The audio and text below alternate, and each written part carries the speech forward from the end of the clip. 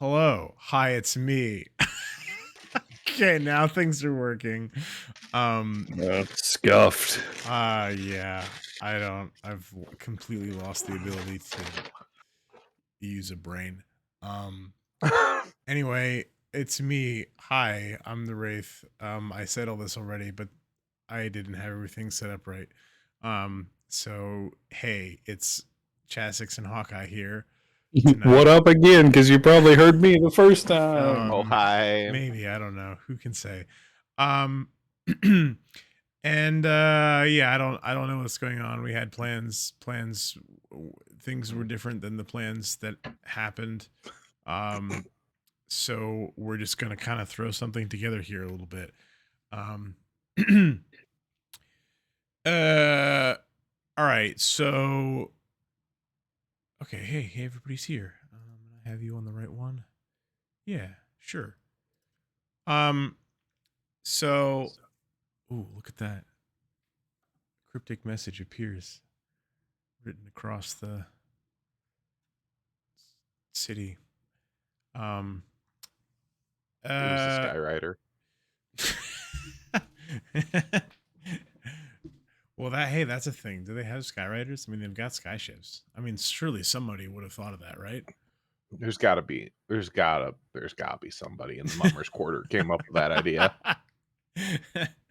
I would like to search the ship for a. For a smoke machine. Smoke machine. All right, first order of business. Okay, so I mean, I was we've got our anchored thing going, and I was intent. I'm hoping if we can get scheduling to work out, which I guess is a big if.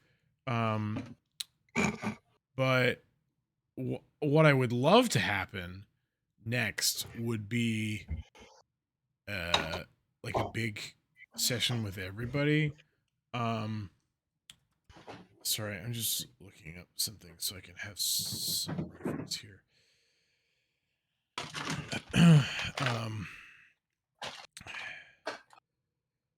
So I can know sort of what I'm talking about. And in that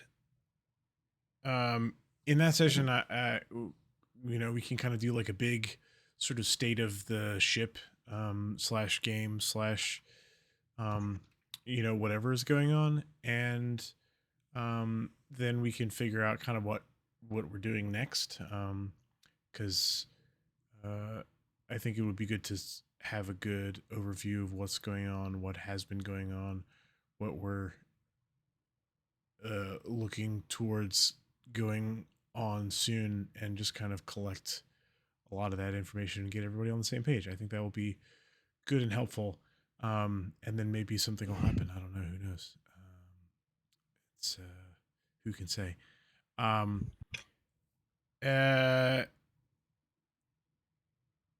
But yeah, for the purposes of this, I think there's probably a good idea to do a little bit of that just to figure out what's going on.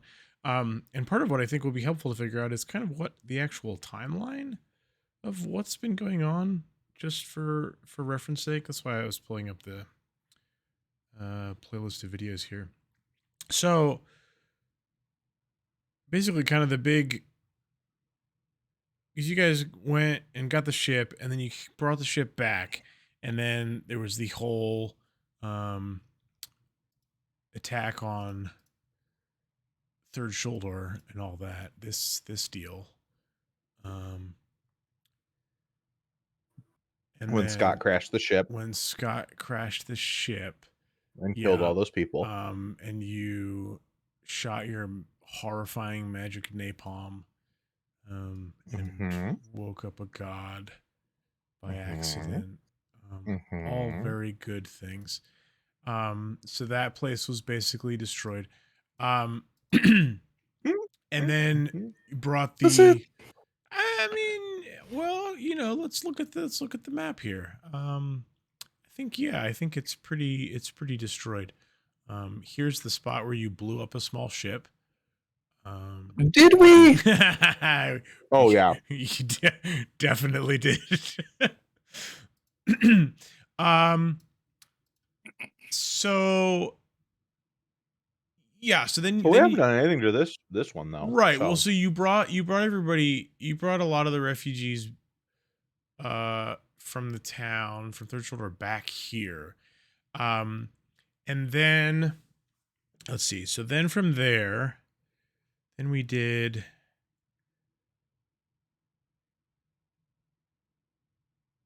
right. And then the first session that we actually streamed was the big kind of fight thing in the aftermath of that, where Lelish got captured and you chased people through the streets. It was the Ebon Armada people, and they were trying to get out. And then you killed a bunch of them. And then we were sort of dealing with the aftermath of what was going on in the city. Kind of after that, when people were discovering that there was this huge contingent of Ebon Armada sort of infiltrators in the city. All of that. So that, if that's our kind of day zero, from that point, okay, then we had the Matthos. The Matthos episode was right after that. Which that was at nighttime, right? Where you went with Rickless and found a guy. I believe it was. That sounds like a nighttime thing that happened. So, if we say that that's like night 1, and then Matthos, Fawit, and Zahida went on the mission over back to Third Shoulder. This is the part where I need to remember. So you flew over there and then found another group of refugees that were trapped. Among the other things that you do, you were there overnight. And then ended up walking back with the group of refugees, if I remember correctly. I don't exactly remember why. Because why not? To be perfectly honest, I think you maybe sent Gentis Gentish back with the little ship you had with supplies and things. And then walked, because you weren't going to fit all the refugees in the little boat you had. And then so you walked back with them. So if that sounds right. So if that was like night 2 into day 2, and I think you camped, so that would be night 3.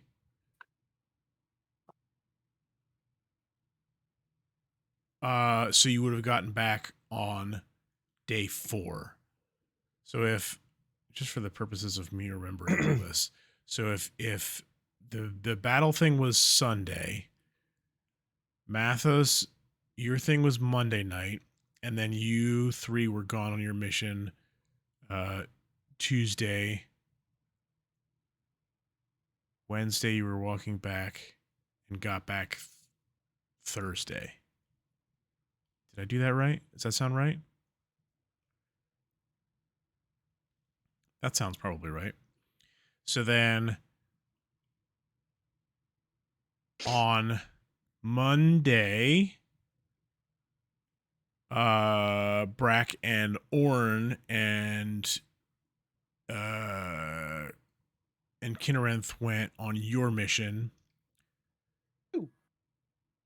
And then you were there. You were at the little camp. I guess Monday night. You were at Lichen Cub Camp on Tuesday night. Maybe this has to be a little bit different then. You can make it what you need to. Yeah, I'm just trying to sort it all out of my brain. I'm sure this is just absolutely riveting to listen to on stream. Um, told you this is going to be good. Riveting. Yeah, because I think, I mean, I feel like it has to end up being like at least a day or two after the three of you got back because you were worried about what happened to Brakk and Orn, and because you sent people after them. Yes. Okay. So I mean, and then you finished that thing, and then Matthos and Fawit, you had your thing with the spy with Kolvar. You had your little interrogation deal. Iridia had her thing going on during all of that, which could have been basically at any point. Yeah, so it's probably been about a week or so, and Brakk, you, Orn, and Kinnereth kind of just got back. They had sent a ship for you. I think it was Askham Tantor. That sounds right. Came and picked you up. Oh, she's Third Shoulder affiliated.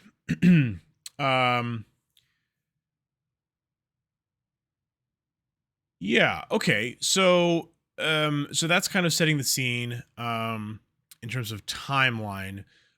Things we do know that are going on. There are parts of the population here that are getting a little bit antsy about you being here. There's this whole kind of slum basically set up outside the city limits here. Kind of in this general area, by the ship with all the refugees from Third Shoulder.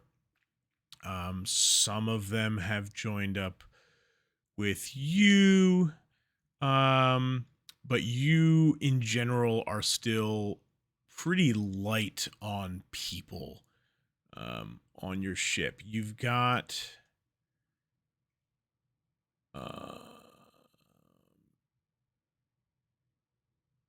your paid crew that's enough to sort of basically operate at just over minimum capacity.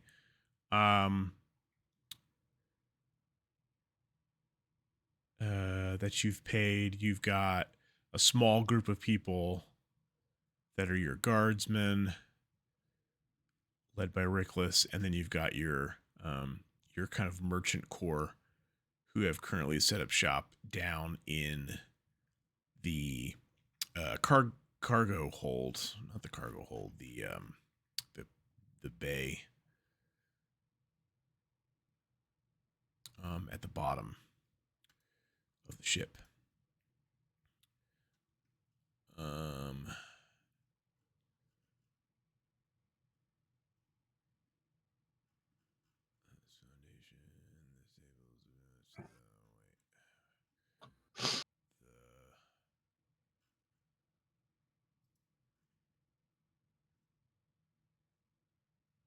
Hangar. Goodness gracious. But there's still a good portions of the ship that are still unexplored. You are aware that it's pretty dangerous to be wandering around in the Foundation section of the ship. Part of what happened in Iridia's thing is she became more aware of this kind of magical, sort of weird remnant monster that's kind of chilling down in there. That is probably going to take some amount of doing to flush out and take care of. and there's large portions of the village, both upper and lower, that you haven't mapped out at all or explored, that sort of stuff. So there, like I said, there's a portion of the population here that is trying to get you to leave, basically. And Iridia had kind of in her little thing had a run in with some of those people, and basically made the promise to say, like, yeah, we'll be leaving soon. So part of what we want to decide in that big session is I guess if you're following through on that, and where we want to go next. But what are the two of you kind of feeling in terms of what kind of things should be priorities, or if you look at the I guess I'll pull this up too. Look at who the crew are on your ship.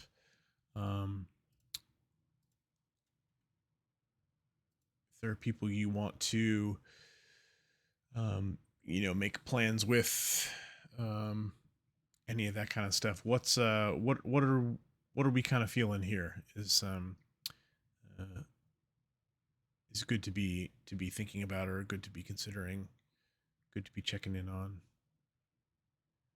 Any thoughts? God, it's been so long. I don't even know what our end goal is anymore.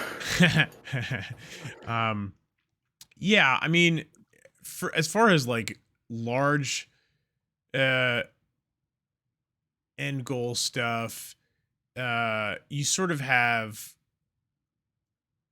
kind of basically kind of two things, two like looming threats, really, because you were all supposedly brought here to this world for a quote unquote reason.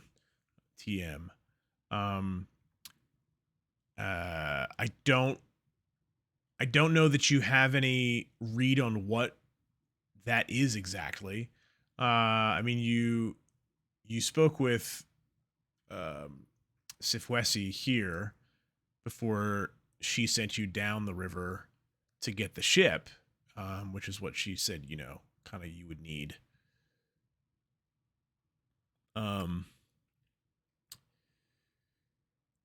But hasn't, but past that wasn't really able to give you much guidance on that. But the two kind of big things going on. So the one that you have been dealing with, in some ways more directly, is the Ebon Armada. When you got here, they were attacking Third Shoulder. They were capturing people. They were capturing people with quills, little like magic bug things. And you've had a couple run-ins with them. Obviously, there's the heavy spy infiltrator presence here, that you helped identify, drive out, so on and so forth. But the large bulk of their operation is not here. I mean, they obviously had a presence here that was pretty thickly integrated into a lot of stuff that was going on in Third Shoulder, or in New Water Nest. Sorry. And then on the other side of things, you've got what you ran into in the temples with the cartographers, and then you've got especially that Brakk and Orn got a little bit more info on. I believe you got the name, right, of the one that's been running around that you sort of woke up. M- Uh, Maybe. Am I making that up? I'm gonna be honest. I the don't noon know. one? What's that? The noon one? Yes, the noon one. So Brakk and Orn got the name of the noon one. In there, the last thing they did was kind of mix it up with some like fanatic zealot Gelwalkers who were devoted to the noon one, and there was some crazy magic stuff that they ran into with that. And then also the in faith, couple in faith that you found who are also here with you on the ship. Yeah, my notes specifically say that Sagravad is kind of a dick. Well, I mean, according to what you've seen, that seems accurate.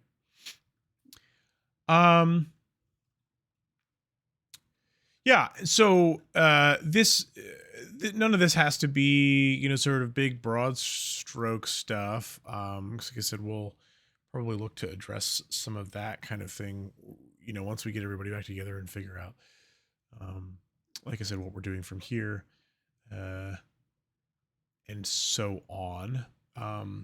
But I mean, do you have any excuse me, um questions about what's going on or things you would like to look into?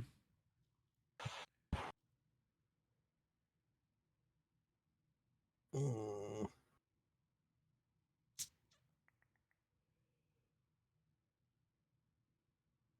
I don't know. I feel like you're giving my mental capacities more credit than they should have. Saying I might have things I want to look into. That's fair. I mean, it doesn't help that this whole thing has been so fragmented, and that up until a couple months ago we hadn't played for like 2 years or something. Yeah. So yeah. I think I would want to at some point make sure to thank Rickless for sending people out for Brakk and Orn and bringing them back alive. I think that's something He that I would works. do. Yeah, thank him. He works for us. I mean, Paying him, aren't we? Are we? I don't actually know if you're paying Rick. I thought I just talked him into coming with us to be good. The leader of the Correlation Guard. Yeah. I assume that we're paying him if we're paying everyone else. I think, well, you're paying the sky sailors, the people that are on board, the animancers that are on board, like directly helping you to operate the ship. Although you just kind of been sitting around for like a week here. We're just giving them that shore leave. Yeah, which hey, I'm sure they are taking full advantage of. Yeah, we get extra loyalty for being good bosses. But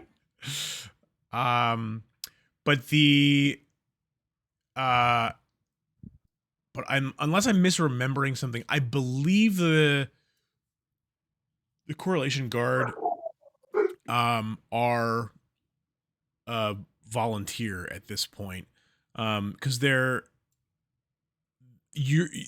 being drawn from, I mean, Rickless is leading them, but like what's his name, the kid, Javin, he was one of the refugees from Third Shoulder. I don't know that I have any other named ones. I do not. Can I take 5 real quick? Yeah, absolutely. Okay, I'll be right back. Oi. Yeah, so I think they're basically operating on a on a volunteer basis. But you know, you're operating this ship in a way that you're providing them shelter. You're providing them, you know, you're all kind of Yeah, food. eating communally here, so their their needs are being Yeah. met, and they Is are people that you know rescued and whatnot. So you've got the loyalty thing there. is I don't know if we ever discussed it. Because all we have right now is the Sky Sailors for crew, really. Correct. So is someone making food? Like,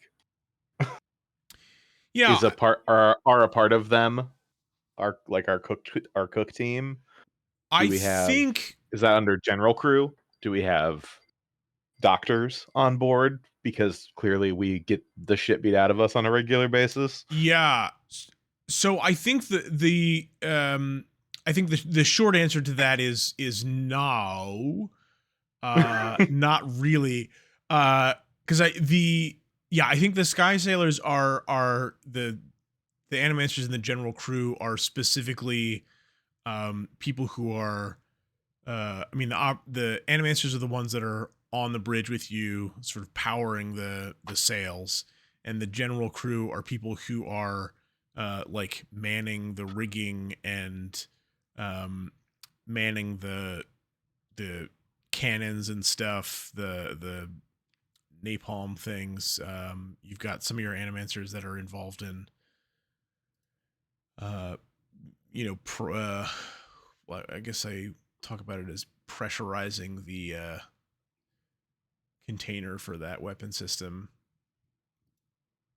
um that kind of thing. So right now, I mean, you've got a small group. So I was trying to put together numbers for this. So I think the group that um uh yeah, so I have it written as about 10 to 15 ish, making up the correlation guard currently. And where would I have written that?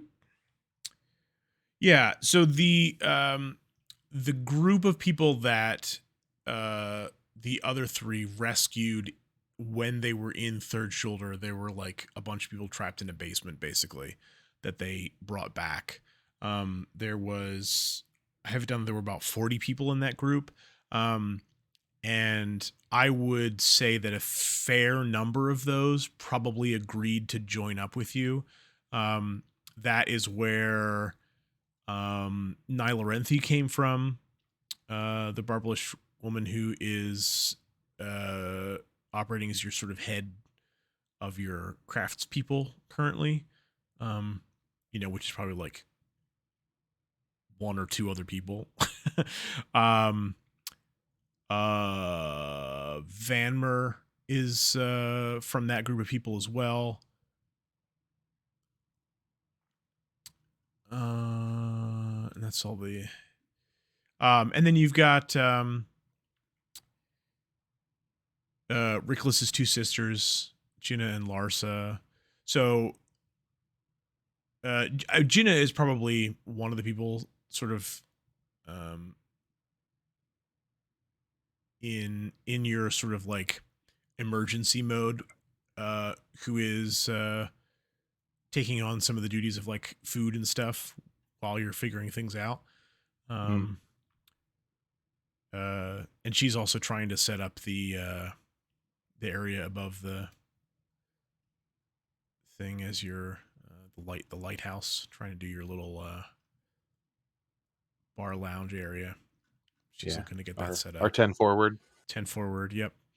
I'm back, and that's what I want to do. Scott just wants to go to the bar. Yeah, I want to help her get that going. Get that set up. I mean, so part of I would say part of that is and this is again something I was probably going to talk about in the or address at least on a larger scale, in a big session is that so the third sister Larsa uh worked as an architect slash engineer in New Water Nest, and so she's probably kind of trying to work up plans and things like that about like what can be repaired on the ship, what can be, to try and get things in more working order, because you've got lots of sections of the ship that are cut off from uh other ways, like it's difficult to navigate down um in the foundation, and there's parts of things that are collapsed because they're in the sections that are um really old, things like that. So there's stuff like that that makes it hard um to navigate around, both in foundation and also in the village sections. um so she's probably doing work like assessing those types of things, to try and figure out what options are. um and if you make any contact with her, and this is probably actually a thing you hear from a lot of people, is um a lot of people are uh excited about things with the ship, and like trying to figure it out, and trying to um really make it somewhere that's settleable, because I think there's definitely a certain air of like makeshiftedness currently. Like all of the merchant core people are set up kind of down in the hangar, in a way that is very makeshift. Like they've set up their little stalls and shops and stuff down there. Some of them are probably just kind of like sleeping down there, because they don't feel like trying to venture into sections of the village to like say, okay, I want this creepy house to be mine, or whatever. Um, uh, so there's a lot of people who are just kind of like doing what they can for now until things get a little more settled or figured out. And a lot of the people who would be in charge of helping to figure those things out are only able to do so much, because you still have just such a small amount of people. Um, so the personnel barrier, I think, is probably a big one to be able to as a thing that you're running up against, uh, inhibiting you from you know doing more. Because like with the stuff down in foundation, this like weird, whatever this magic monster is down there, you probably uh like Ricklis's attitude for that would probably be like, yeah, obviously that's something we need to take care of, but there's only so much we can do with like 10 to 15 people in the guard. um Foundation is huge, and there have probably been incidents of people getting hurt down there, getting lost, uh, and all that kind of stuff.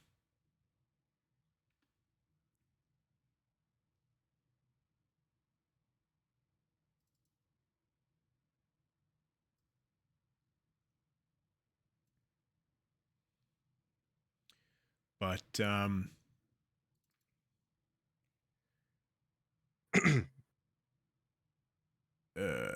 but yeah, I mean, I think if you're, I mean, I what sort of things, if you're interested in um getting some of that stuff like up and running, what sorts of things do you think you would be, either or both of you would be trying to do to help make some of that happen? I mean, I think I would just go up and ask Ricklis's sister, "Hey, what do you need from me? Uh-huh. What would you what will make this easy for you?" Yeah. And I'll go do it. Yeah, I mean, I think I think there's definitely that attitude of you know, the kinds of things I was describing, and she's happy to get some help, you know, even just doing things like just sort of hauling some things around or whatever. um I think at this point she probably feels like that's something that she really wants to do, but knows that that is not necessarily um uh like a realistic priority right now, when they're trying to I figure out like beg to differ. how when they're trying to figure out like, okay, how do we, you know, she's like spending a lot of time doing shifts in the kitchens, and figuring out how the magical cupboards work, and whatnot, and making sure people are fed, while also trying to take care of people. To your point earlier, there I don't think there are any. I think Matthos is like the only like really dedicated, reliable like medical personnel. um so anything in there, I think, That ain't me. yeah, no, I think okay, I think he Chris, meant me. yeah, sorry, Chris was talking about that earlier. I think I have it written somewhere that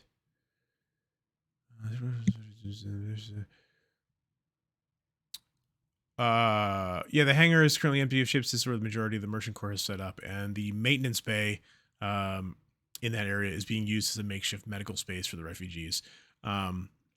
So that's just sort of like um, you know, people trying to do what they can to help. Yeah. But yeah, there's not a lot of necessarily expertise, but I mean, there's people from Third Shoulder that are probably trying to help with that, but are not necessarily people who are, um, uh, you know, like committed people in your entourage or your crew. They're just kind of there because that space is there, kind of a deal. I think that would probably be where Brakk would be spending his time, though. Yeah, that makes sense. If there were I buy that.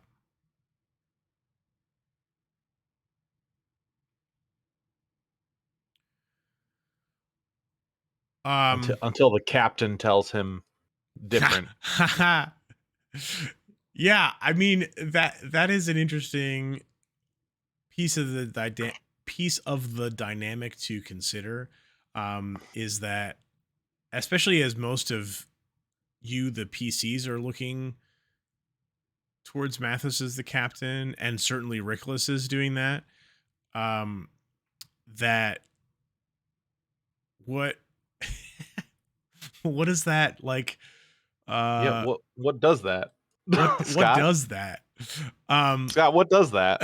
You guys are gonna love this because I have thought about this. Oh, perfect. Matthos is completely oblivious to the fact that you think he's in charge. But you told us he was in charge. I did not. I've never once said I'm in charge of this. So okay, so then here's a question. So Matthos is doing what Matthos does. So just Matthos being Matthos. Just Matthos things. Okay, so I mean, Rickless is definitely going to be. Oh, I'm in charge of Rickless. Right. I'm well aware of that. Well, so Rickless would be the one coming to you to say like, "Hey, there's this issue, this problem, this, you know, blah blah blah, whatever going on in the ship. Like, what do you want? What should we do?" I tell him to solve it. Come to me with solutions, not problems. Beautiful. Okay. All right. Whatever he needs, I will assist with. Okay. Interesting. All right. So what does Rickless What does Rickless need? need? Um So that I've been asking Specifically, myself that what does this whole time. Rickless's What does sister Rickless need to get the tavern going? Need you to stop bothering his sister. But it's gonna be a whole relationship arc, Chris, and I'm gonna make Dan very awkward when we roleplay it. Oh, great. I'm here for it. We've all been waiting for the Rickless' sister romance arc. What's the best way to embarrass Rickless? The best way to embarrass Rickless? Yeah, fuck his sister. Oh. Mm. Mm.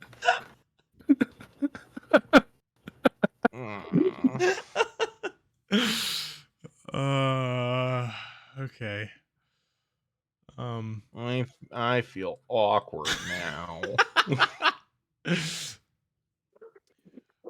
I mean, let's be honest. This has been my end game the entire time, is to just do anything I can to ruin Rickless. Yes, to break him.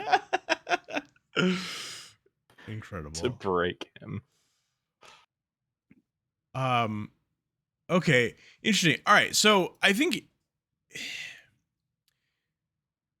All right, so now this is just me trying to like, sort of actualize some of the things at play here. How dare you? This is a serious tabletop stream right now. Chicken nuggets came back. So Rickless has sort of put himself in charge of this correlation guard, whose duty he has established as, I guess, like keeping order on the ship, keeping the people on the ship safe. Right? I mean, I guess those are sort of like the general purposes of like a militia type force, group, whatever. That he's trying to be like the community police officer or whatever. I don't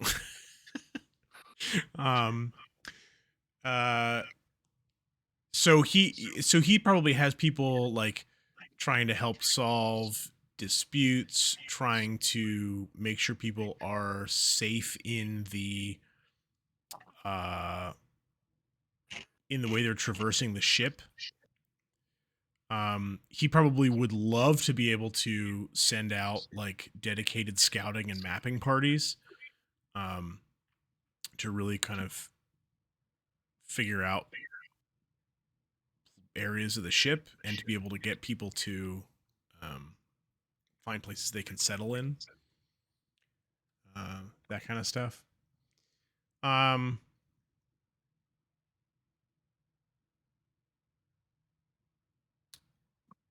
Yeah, I mean, so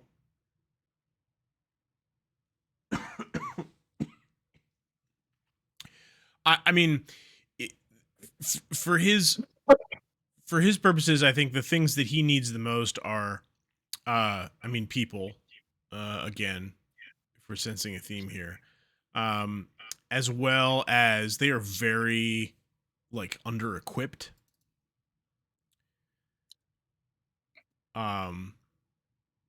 They're just we should probably work on that. They're just kind of thrown together.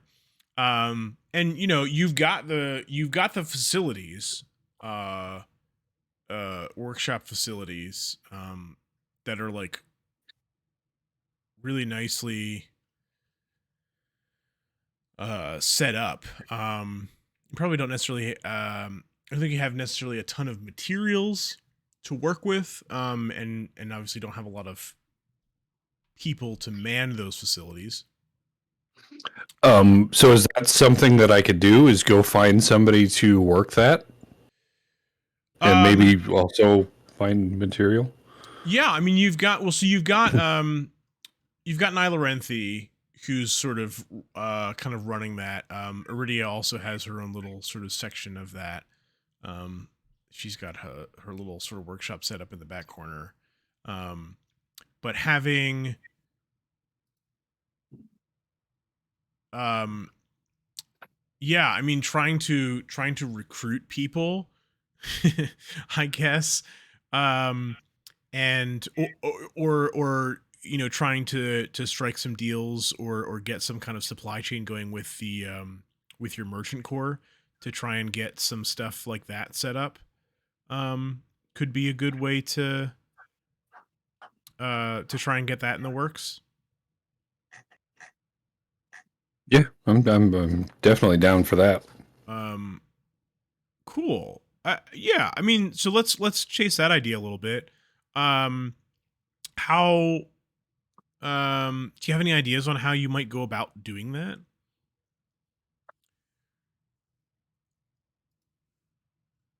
Um, I mean, uh what kinds of people do you feel like would be the most amenable to uh being poached to come work on the ship?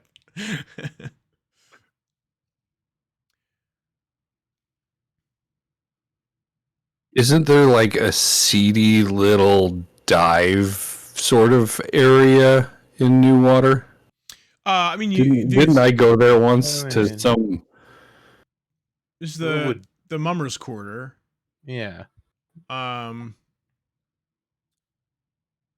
is that kind of deal. Um, Just people mumming it up. just people mumming it up. Yeah, I mean, I don't know. To be perfectly open with this, I think there are uh like options I can think of off the top of my head. Just kind of looking at what's set up here. Yeah, I think you could maybe go looking for people.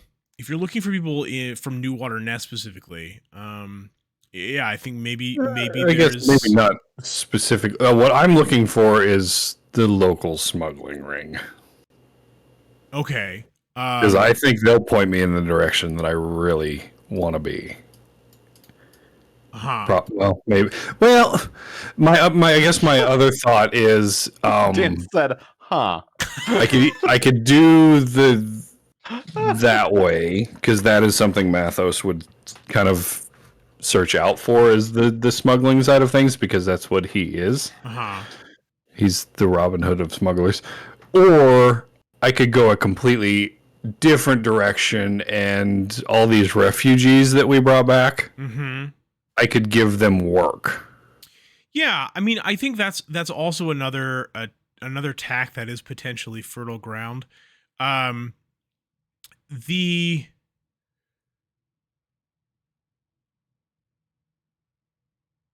Yeah, because I think there are ways that either of those kinds of things, like whether you're trying to um, recruit from the refugees, whether you're trying to recruit from New Water Nest people, there's you know there's ways that either of those could go good or bad, um, but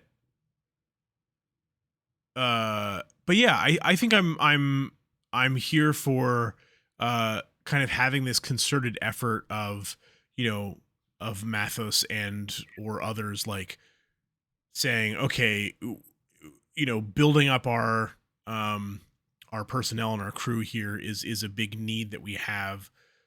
What can we do to try and to do that, and going out and doing concerted recruitment efforts in a way that you kind of haven't done yet, right? Because you've been sort of picking up people who are like, hey, well, I mean, I guess you did specifically recruit Rickless, um, uh, and kind of by way of him, his two sisters as well. Um, but otherwise, I feel like everybody else has been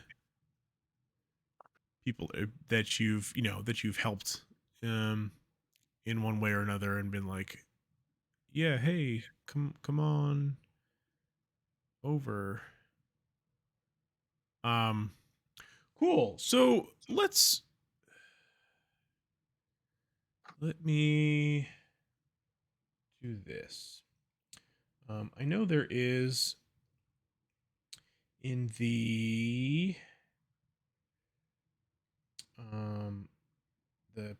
Perilous Wilds rules. I know there's a move for recruiting people.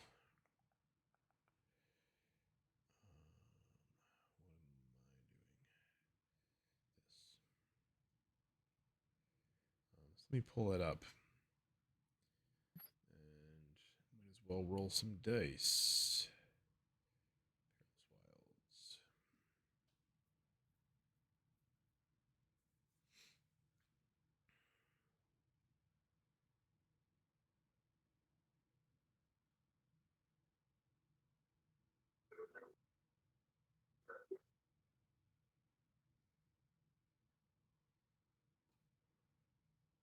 I just finally opened my character sheet for the first time, and I kind of forgot what I did. What did you? No, I'm just looking at all the stuff I have. Oh, all the stuff. Boop, boop, boop. Let's see. So what does this move? Recruit. When you go looking to hire help, tell the GM what you're offering and whom you're looking for. Phrased in one of the following ways: a group of, a skilled, group of fellow like any other. Okay. Um.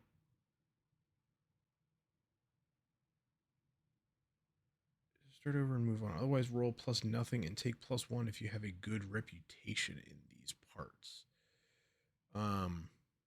Apparently we don't because they I want to brick out. feel like we should have a pretty decent rep here. I think it depends. It depends who you're talking to.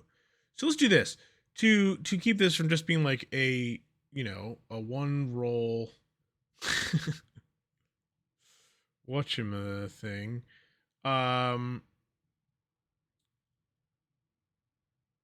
Let's see if we can set up a couple rolls to figure out kind of what your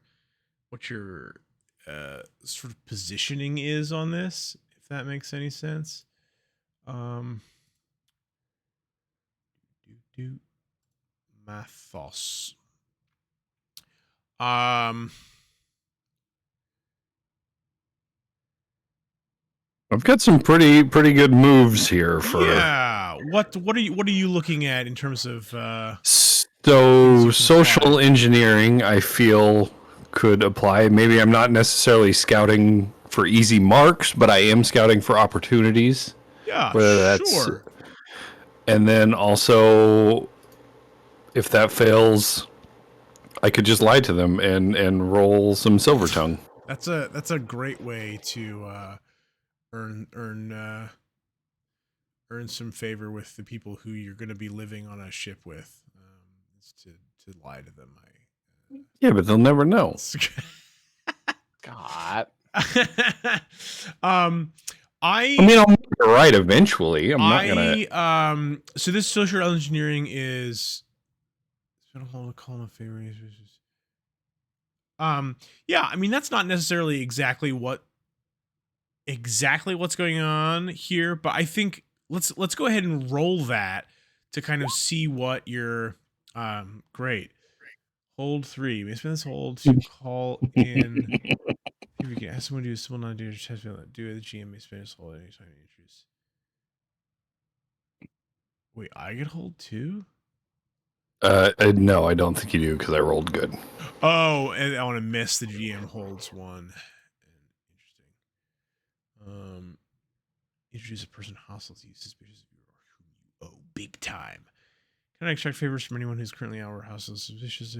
Other players are always suspicious of you since they know you're a trickster. Cool. Okay, so this is you kind of like scoping the joint basically and sort of seeing seeing who you needs a can job. who needs a job. Yeah, exactly, kind of a thing. Where the bums at?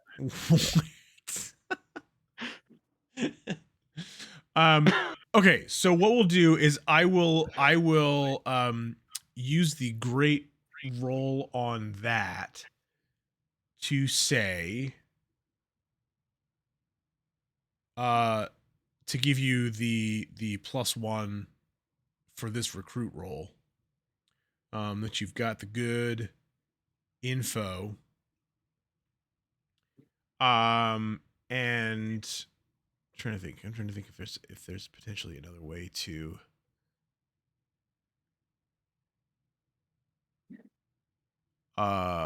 reward a great roll on that. I'm open to ideas if you have any. Seeing a very useful NPC that needs a job Okay, so you wanna sort of would be throw a good. someone specific into the Ooh. into the pile there. I'm here for that. Okay, cool. Let's do that. So we'll add a named NPC into this into the mix here to sweeten the pot. We'll figure out who that is. That feels like a fair, That does feel good. like great roll reward. Yeah, I love that. Okay, so you're gonna roll 2d6 plus 1, giving you that from and so just to run you down, since you're not looking at these, yeah, on a 10 plus, they're yours for the hiring. On a 7 to 9, the GM chooses one from the list below, and on a 6 or below, no one shows but mark XP. The list below includes the following: 1, they demand greater compensation in coin or some other form. 2, no one here fits the bill, but you hear of someone elsewhere who does. 3, they have a need that must be met first. Permission from someone else, a favor, etc. And 4, you can tell at a glance that they are less than ideal. Ask the GM how. Wait, did those get progressively worse? No, those are just 4 options that I can choose from on I choose one from that list on a 7 to 9. Gotcha. So I thought he was rolling better and you were giving worse options. I was like, wait a minute. All right, so go ahead and roll 2d6 plus 1 and we'll see how this pops off. Holy shit. Let's go. Hell yeah, brother. Wait, did Daly just drop in this chat? Get Rickless number 2. All right, cool. So on a fantastic roll on both of these, I think what happens. Get Rickless and Mickless. I think you're able to haul in some people from the refugees. I think you're also able to haul in some other people from around town here in Newwater Nest. So, you know, you I don't know, what kind of people are you interested in, getting here? I mean, we've kind of got some general laborers, I'm assuming, at this point, right? Is that something we... I mean, that sort of thing I think would always be helpful. Mm-hmm. So I'm definitely thinking if I'm recruiting like a handful of people, and so are we saying we're going to find one specific person that'll be a named NPC that'll be like really good, and the rest are just general population sort of? Yeah, general population, but I think have the potential to be, you know, not like helpful, completely unskilled people. Like you could say, oh yeah, I want some of these and some of these, that kind of thing. Let's figure out how many people this actually is, just to put a number on this. What do we think is a good, honest way to do that? I mean, I think you give us the maximum number of people, and then we roll dice equal to that maximum, right? Like, how many people would you maximally give us for that roll, and then have us roll? You know, if it's 40 people, roll 2d20. Okay. Or 2d20 plus Scott's roll that he just got. You know, Oh, that's a good idea. so we get a base 11, and then whatever luck gives us. I like that. I mean, I'm good with that, but on the off chance I rolled 2 20s, are we looking at a lot of adding people? like I think 51 people right off the bat? I mean, I think we could say no. Like, we don't have to hire everyone that sees us, right? Like, I mean, Like, this is not a big. everyone who This is applies this is gets a the city-sized ship, so it's not Yes. like we don't have space. I'm just confirming that we're going to be allowed to take on 51 people. Like, well, and in that's our why I didn't want to do this, because I was like, I don't want to hire 120 people and have well, and so Nicola and here's Joe come back and be like, the economics don't work. here's my thought on that though. We're obviously not loaded with whatever the currency is in this world. I don't know if I don't remember if it's we got gold 1,000 or. currency. You do have So- a lot of gold right now. I think it's more that this is going to be like a, and I know this is not probably a good way to look at it because of the implications, but like like a company town Okay. Stop it. where room and board, and then as we start progressing, they're gaining equity in said company to where yeah. when we're making money, then they're getting paid. Because I don't want to stiff them. That's not who I am as a character. Sure. But we don't have the capital, but we should soon. I mean, we And have a decent amount of capital. they are entitled to say like we keep 50% for us PC crew, and the other 50% is then divided down and paid to the workers. Or and it doesn't have to be 50-50. It can be whatever. Yeah. Enough that we're able to keep going, and then they get their due. Well, as the CEO, I need my pay to be at least 100 times what the lowest paid worker is getting paid. I need some. Yeah, I mean, Matthos is so going to get a little stabby. to be perfectly honest, I'm willing to hand wave some of the economics of this, just because I don't necessarily see that as particularly interesting, and I don't know. I feel like that. Yeah, I mean, unless someone is in the party here is like really way into like, no, we've got to figure out the economics of all this down to the. No, I kind of want to break it because it'll piss Joe and Dayla off. If I'm being completely honest. But I mean, you already have this deal set up with the Merchants Guild or your merchant corps. That's basically like, we're giving you. because they get to sell shit and Yeah, because you're giving them the sort of the space and the opportunity to do all this. I would imagine at this point you're probably also giving some of them access to things like your workshop and stuff. Oh, like 100%. that Yeah. to sort of have that be this kind of communal thing, and giving them places to stay, letting them live here. I would imagine there's probably also a decent amount of this pitch that is like, hey, there's a lot of weird, crazy stuff going on right now, especially talking to the refugees who just had their town destroyed by a horde Not by us. of people. Not by us. Debatable. The offering and here this city that just found out that they in all levels of society basically had been heavily infiltrated by this basically pirate group, and that kind of thing. There's a lot of feelings of insecurity going around, and so I think it's not a stretch to try and bill yourself as like, hey, we're this flying fortress. This is more or less like a safe place for you to be.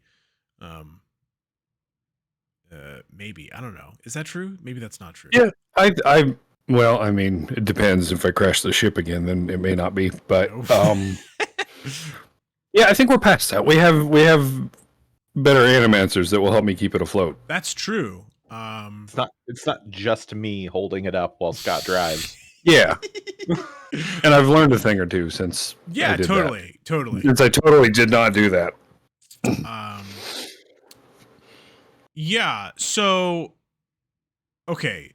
So that said, this is a big city. Your ship is very big. Like I feel like I had sort of arbitrarily decided at one point like it's the kind of ship that you could crew like, you know, like 1,000 people or something would be like you know, it's a cruise ship. Like a comfortable, yeah, like how many that's what I remember going and looking up how many people were on the Titanic. That was a very small ship. Titanic compared to capacity. 2240. Titanic could carry up to 2,435 passengers and a crew of approximately 900. Prototype capacity of more than 3,300 people. I think you're saying that's like kind of a small ship. And the Titanic compared to cruise ships these days was tiny. Yeah. I mean, what's a? I mean, Harmony of the Sea and Symphony of the Sea each have 2,300 crew and carry 5,500 guests. So that is wild. So I mean, yeah. I think, yeah, I'm kind of thinking in that kind of a ballpark. So saying like, hey, we got 50 people is like not. So I just looked up the Wonder of the Seas, which is the largest cruise ship in the world by gross tonnage. 5,734 passengers, 6,988 max. Jeez. What is the? Certainly, they have to have counts on the Enterprise, right? Well, I'm looking. There's a cruise ship called the World that is a like a buy a house here. Cruise the ship. Enterprise had a crew complement of 430. Enterprise D is the Picard one, right?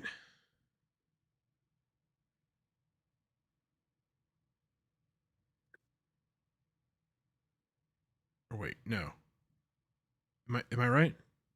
But yes. Not my forte. Enterprise D.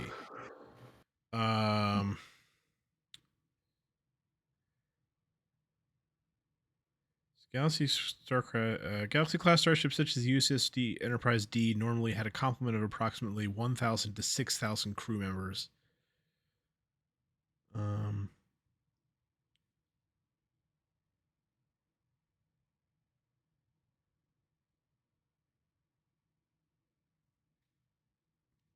civilian residents.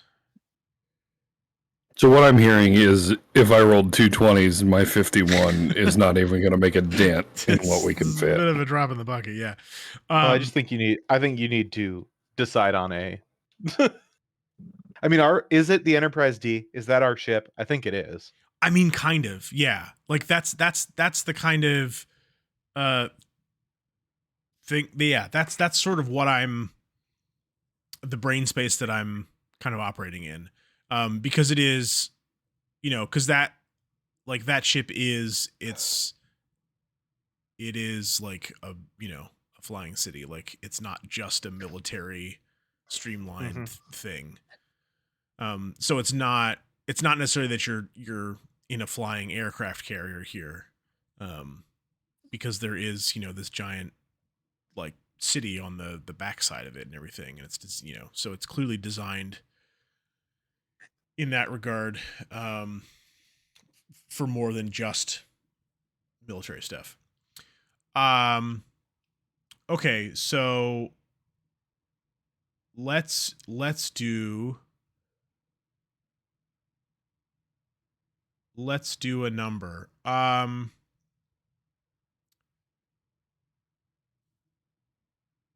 right, you know what?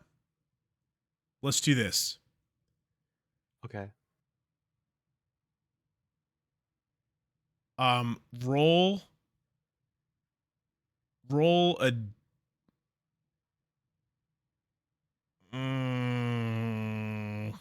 what did you say to his I'm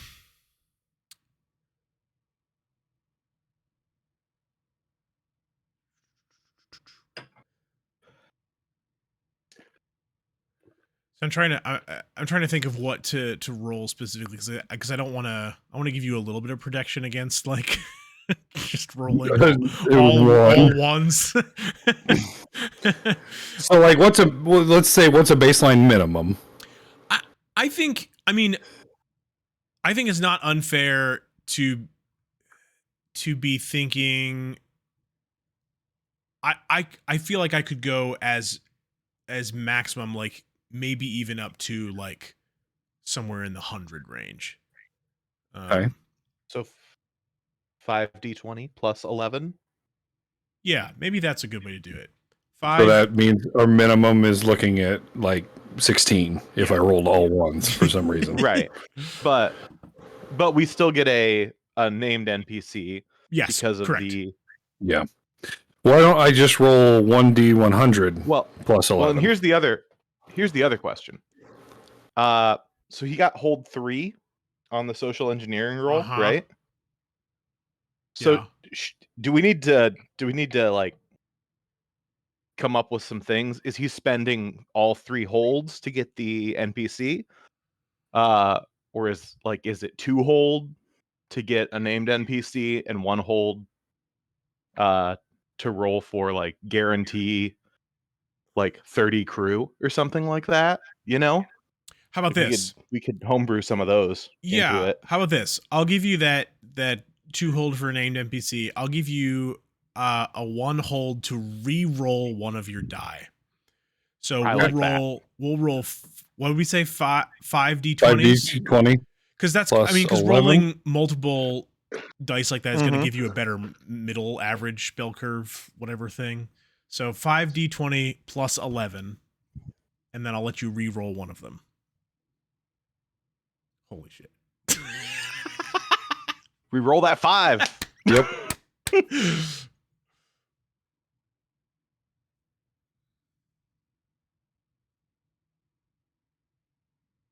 Oops. I'll take the 5. I rolled it with advantage. Rolled it with advantage, yeah. Take the high one. Great.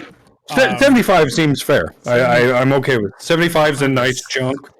That is a very nice round number too. Okay. So we got added 75 people. So what kinds of people are you imagining in your makeup here? Of the 75, not the named.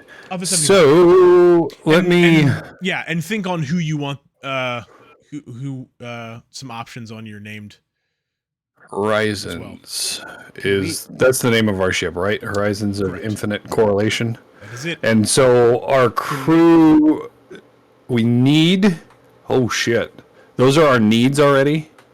Okay, so you, where'd I go? Okay, so you're full operating capacity in terms of like animancers and operating the rigging is your 80 and 120, 25 Ooh. And 40 bare minimum. You currently have 30 animancers and 40 general crew. Okay, so we have at least the bare minimum animancers the bare minimum and of crew, both. Yeah. Okay. So let's add another.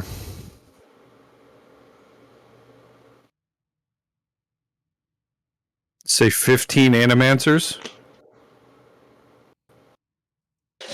Can we pull like 20 for like Yeah, so I'm thinking 15 animancers, 20 general crew for the rigging to bump that to 45 and 60. Okay. And that still leaves us another 40 that we can kind of spread. Spread around. Yeah. Think just having a medical crew seems Yeah, important. I'm thinking meds. I'm thinking we've maybe some more cooks to relieve some pressure there. We're probably going to need some janitorial services around here because the Sure. ship's going to get real gross. And Rickless wanted guards. And guards. Rickless Yep, wanted and some then guards. Where did I go? Larsa probably would have also, if you're, making it known that you're going out to look for people, probably would have asked to find some people who can help, like builders, oh, for sure, repairs, those kind of people. yeah. So that leaves us, say, would we have if we do 15 and 20? That leaves us 40. We could do like 10 of each, basically 10 guards, 10 builders, 10. Well, maybe we wouldn't need 10 cooks. We could add some more guards in there. 10 cooks feels low for. That's true. It is but we don't have the crew. I mean, we got quite yet. What's it going to be after this? Is going to be your total. Well, it depends on your. I don't know that we've ever really put numbers to the merchant core, and you do have a I'd say probably like 20 to 30 also just kind of floating from people you 20 yeah, maybe like 20, I'd say, that you probably have kind of floating right now that you picked up from that refugee group you rescued. Okay, let's just, to make it easy for the math wise, just do 10 of each, like builders, guards, cooks, and custodial, janitorial, whatever you want to call them. Okay. General maintenance people. Yeah. And then the 15 animancers and 20 just general crew for rigging. Or was that what I said? No, 10. 15 and 10.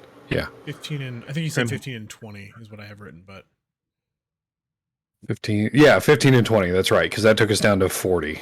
And then the 10, 10, 10, and 10. So that's. So then you have 10 for food, 10 for janitorial / maintenance, 10 guards, and 10 builders. Mm-hmm. So we didn't have any medical that we put. Oh fuck. Yeah, we should probably let's add in the extra. We'll establish it as 20 people from that original.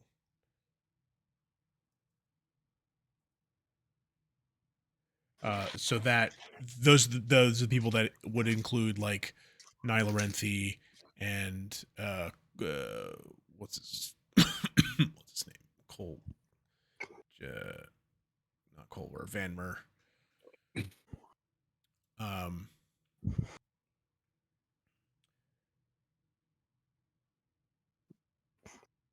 So if we want to make it like nice and clean, we could say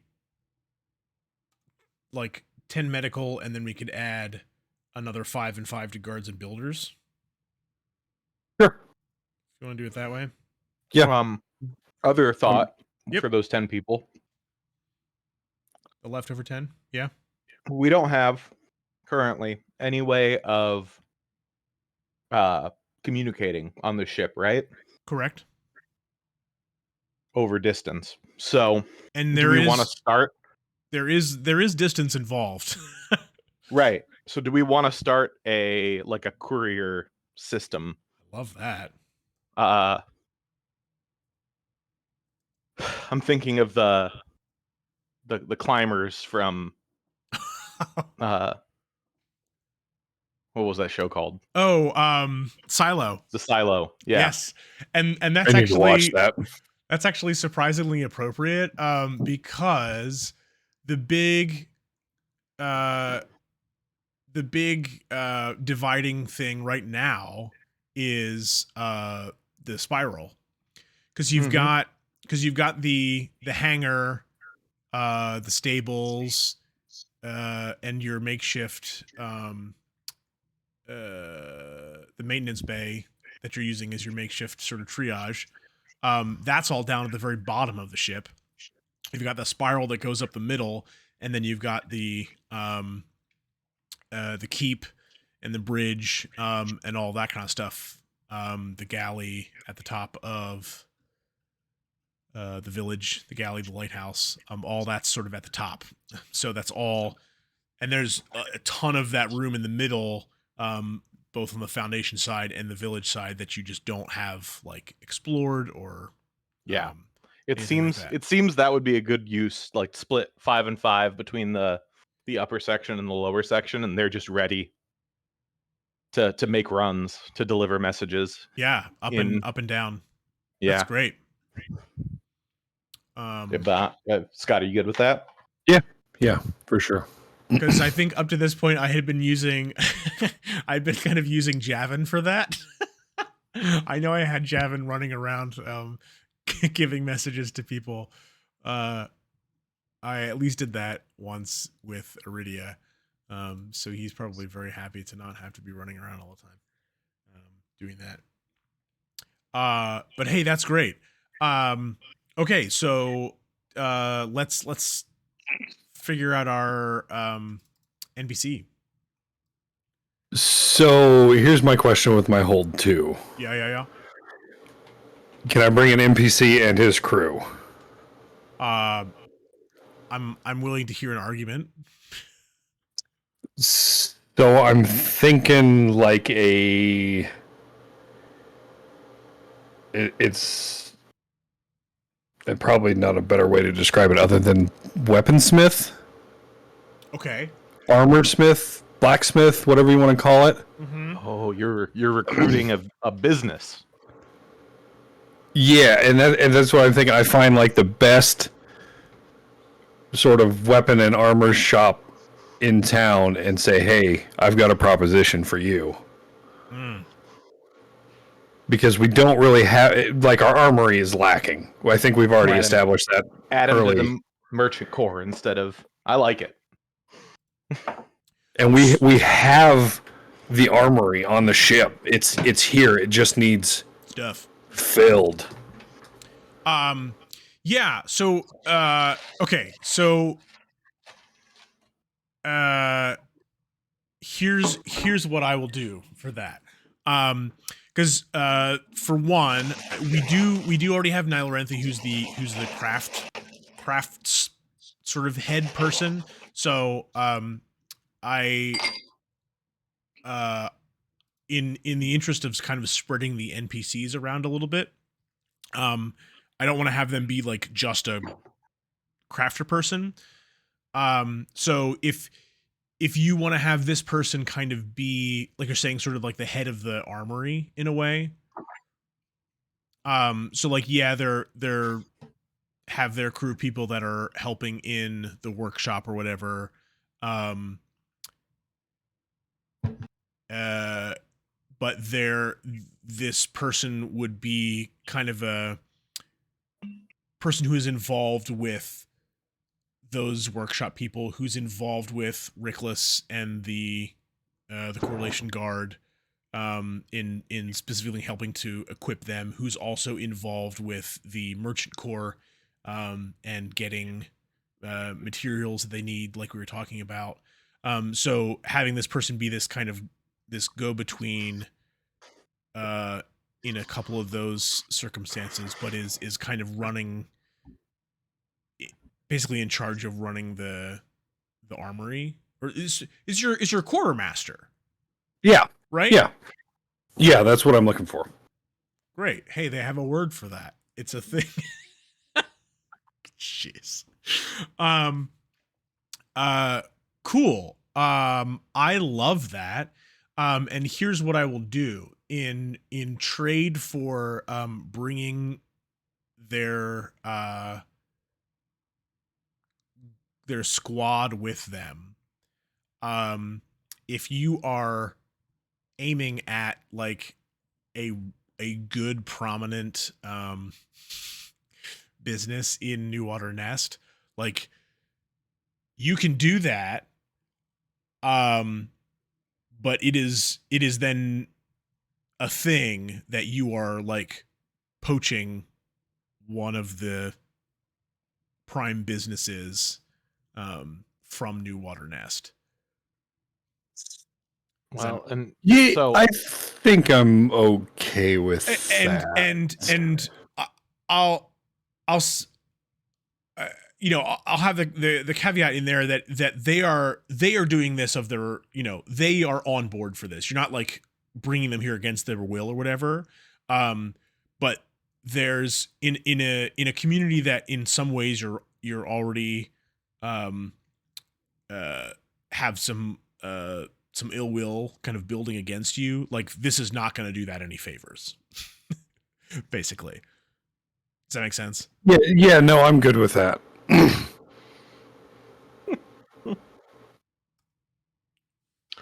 I mean, hey, you wanted to keep the business, give them a better opportunity. I did. Hey, yeah. I mean, I'm not saying there are not justifications for it. On your side, on you know, on this person's side and whatnot, but you know, not everybody's gonna see it that way. That's fine. My Uh, door's always open. Well, yeah, it's always open. Come bitch at me if you want to bitch.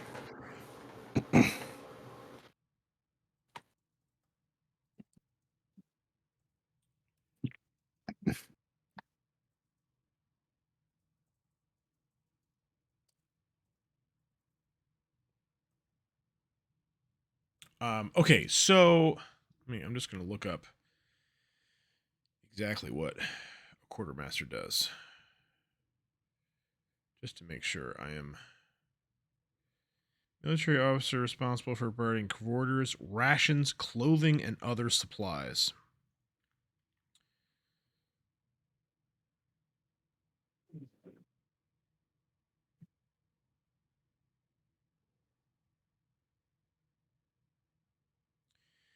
Land Army's quartermaster is generally a senior soldier who supervises stores or barracks and distributes supplies and provisions. In many navies, quartermaster is an officer with particular responsibility for steering and signals. Interesting.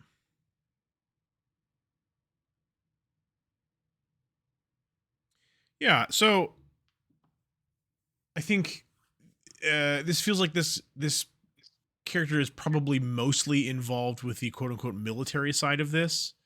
Do we think so? With like the correlation guard, so it's not necessarily like,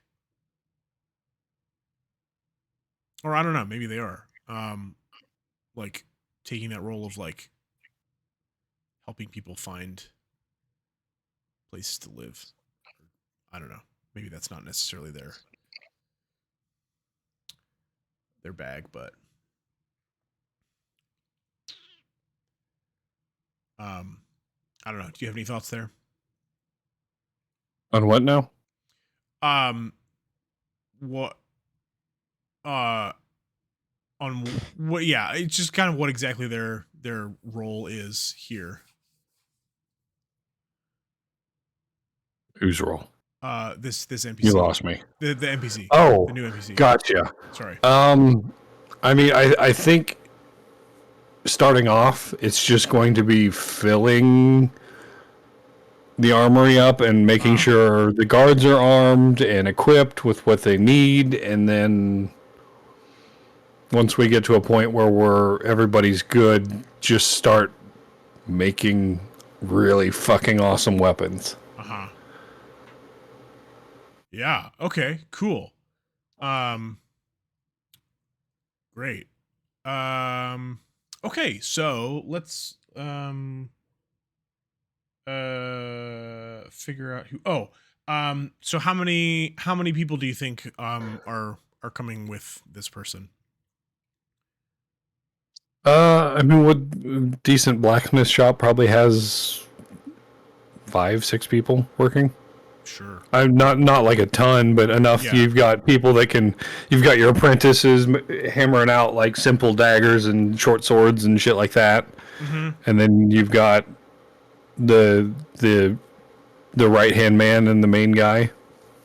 Yeah, I think that sounds Basically, reasonable. the guys that are making the high end shit. That is like, look at this Damascus longsword does a minimum 20 points of damage per swing. The flaming, raging, poisoning sword of doom. Okay, so Please don't we'll. copyright us. Yeah, right. We're getting taken down as we speak. So we'll bring. Yeah, so we'll bring five. Griffin, five. no! Griffin, no!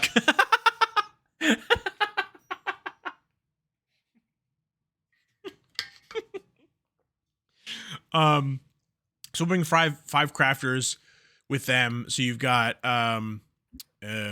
starting to fill up your workshop here a little bit too. And by starting to fill up, I mean, not even close to capacity, but you've got people working. Love that. Okay, so let's figure out who this is. So let's start with I'm gonna jump off of this, and I am going to open some documents and send you.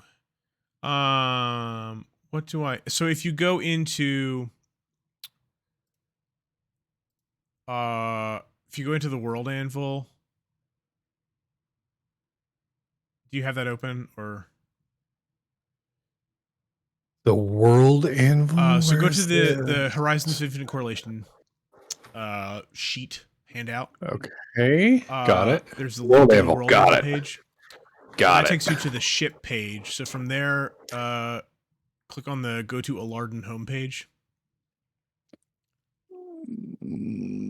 Should be in the top left. Okay. And then there's the sentient races. Okay. So that's your list of races. There's also human, obviously. So what? We haven't really run into many human here, right? I mean, there's plenty of humans. We haven't really necessarily because all the animancers are humans. All the answer man. Yeah. Oh, okay. Yeah, that's right. That's right.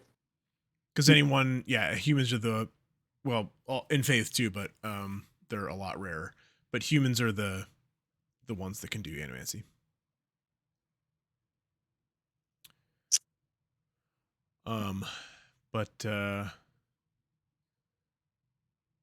Yeah. What race are we doing here?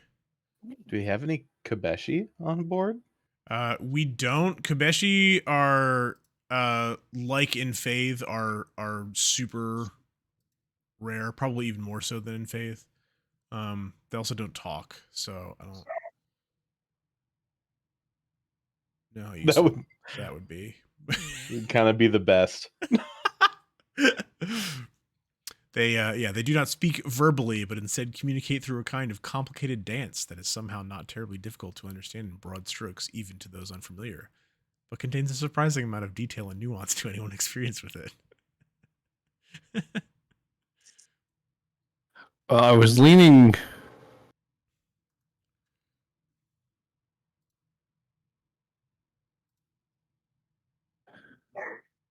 Not that. I almost kind of like Kobeshi because of the not speaking. They speak through dance. Okay. Which seems hilarious for a blacksmith. But I was originally leaning. Also, the horns made of wood seem hilarious for a blacksmith. Yeah. I was leaning Barblish. They're just burnt down. But that seems like very on point. I mean, forearms and a bare leg. Yeah, well, Nylarenthe is Barblish. I think it's not. Barblish are probably a reasonably common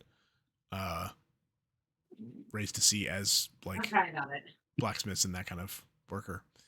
Because yeah, man, I 4 arms. I think we go Anyway. Kobeshi. Okay. Yeah, because I don't. I'm just gonna look through and make sure how many Kobeshi we've actually seen. But this could be very fun. So I know there's the keeper, basically one of the priests in the Order of the Holy Ground. That Orin has actually seen that one.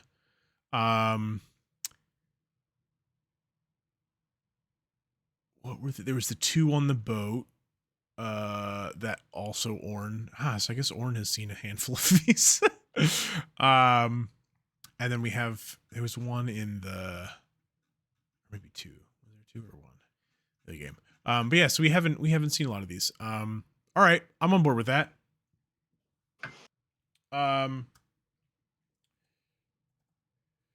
Okay, now here's the question: how many of these do I have up in my name sheets? I don't think it's a lot. Ha! Okay, so I have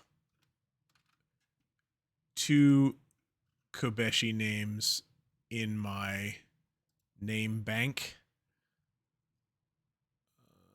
All right, I'm just gonna do it. No one's gonna know what's going on, but I'm just gonna drop these in the from the tabletop chat. So their names are, it's 2 1-syllable things, and then a third very long one. So if you like either of those, or we can come up with another one. Could you pronounce both of those for me? It depends how you want to pronounce your J's. If you want to do it Jew, or if you want to do you. But what would that be? So like Yuki Bemli Drekuali, or Ro Yu, again, depending upon how you want to pronounce your CH. Chimazrimalu. Chimazrimalu, yeah. Drek seems like a pretty badass name for a. I was gonna say I was gonna call the first one Drek, but Yuki is the way I was leaning. So Yuki Bemli Drekuali. Yeah. All right.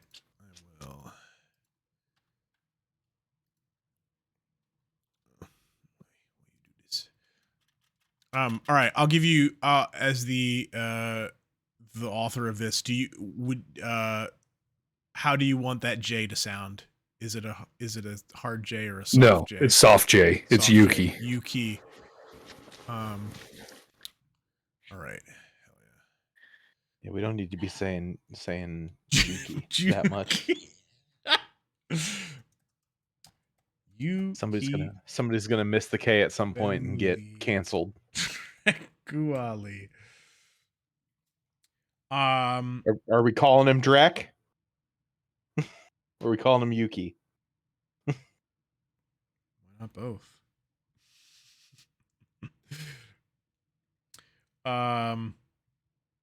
Is that the best spot for the accent there? Is it Bemlidrekuali? Bemlidrek. Rekuali? Reku. I'm just like tossing around the accent to different syllables to see what sounds the best. Like Bemlidrekuali? Bemlidrekuali? Bemlidrekuali?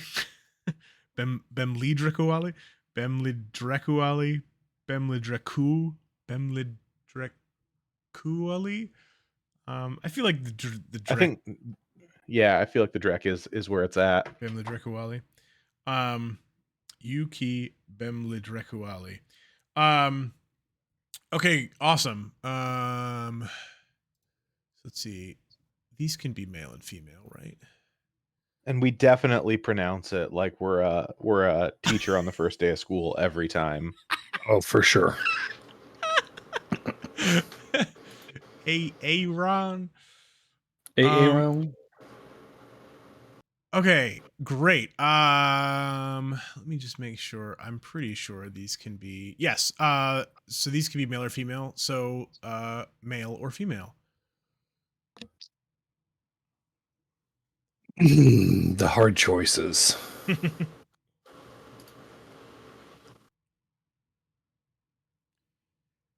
Scott's I'm trying to gonna decide if he go. wants to romance it or not.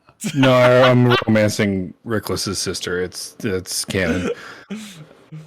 Let's go male. Okay. I mean, I feel like the Drek. I was in like I was because I feel like it was a toss up because like the Drek feels male, but the Yuki feels I could see leaning female. But yeah, okay. Kobeshi male. No one has any idea how old these things are. That's not really a consideration. They just kind of are. All right, the one other like weird thing I've done so far with all the Kobeshi we've seen is that they're always described uh with a little like a little thing that's always adjective full of noun. So for instance, the ones we've seen so far, one is kind, patient, full of grace. Another one is curious, analytical, full of wonder. Another one is caring, listening, full of peace. And then I have one other one, which is in a completely different document. This one. This one is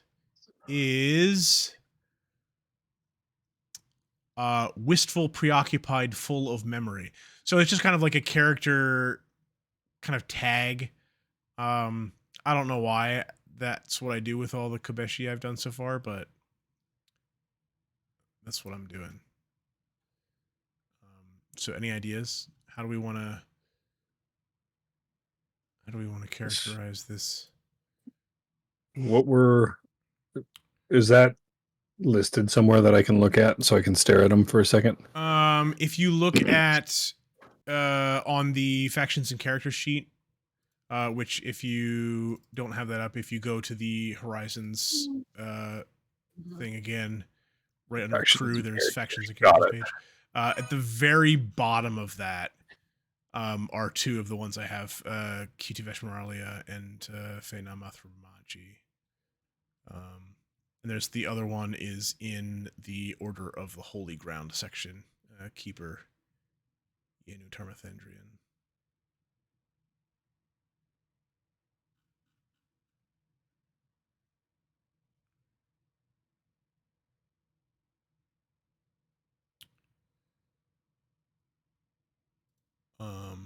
The other thing we can do, if you want,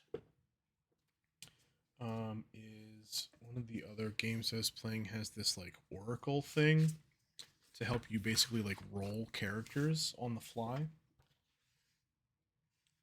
We can try doing some of that if you would like.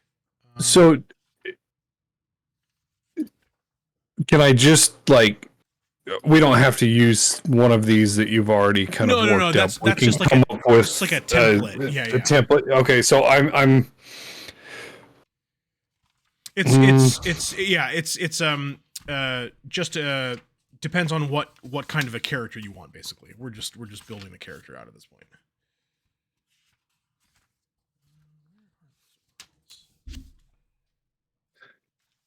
I'm trying to think of words that would fit here. Because I'm thinking, and it's gonna. I know what Chris is gonna do when I say this word. Hard.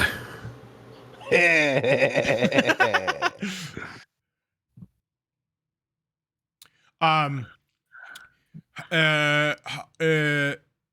So Yeah. so I'm thinking I can't come up with the middle one like hard. I'm thinking Horny, in full of rage. no in blacksmith terms.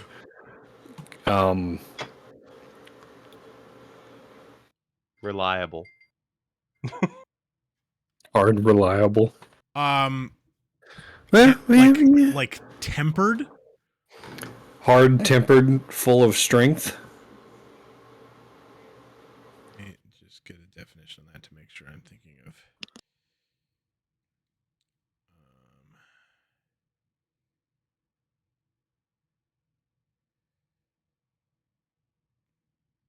That's tempered.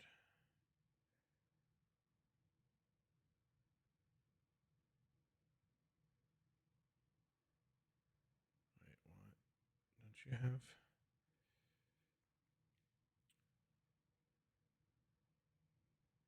Tempered edge tip. Mm. Maybe this isn't what I think it is.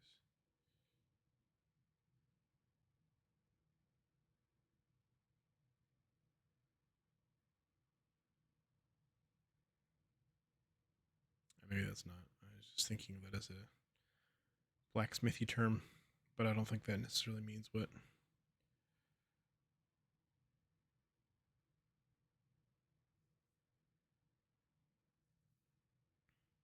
I mean, tempered is kind of.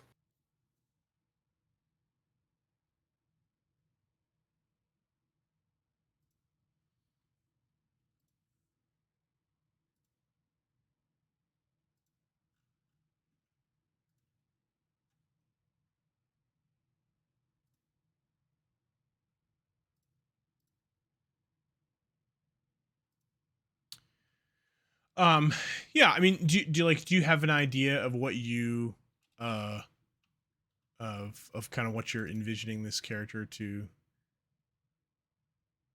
be like? Fucking jacked, but like not in the big sort of like bodybuilder sort of way. In the lean, pure muscle, Like the Bruce don't Lee, want to don't want to fuck with sort of way. which is wild for I feel like this kind of I don't know that we've ever really seen a Kobeshi like that, which is pretty interesting.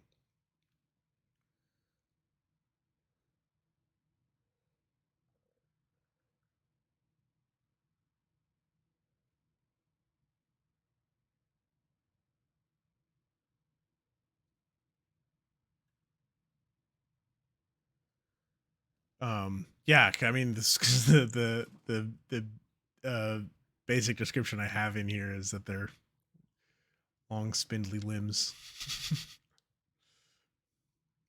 And that's kind of why I was like the lean sort of look, Yeah, but totally. it's just pure wired muscle.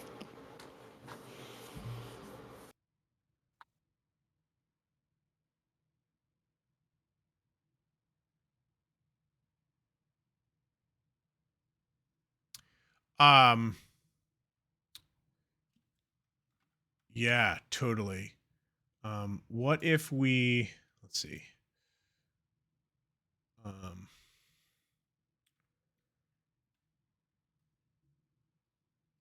what is the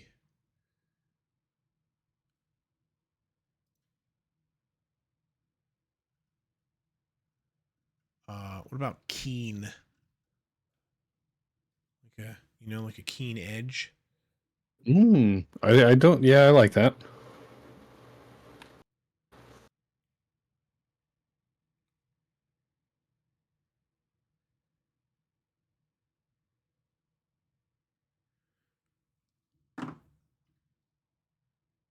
I feel like I'm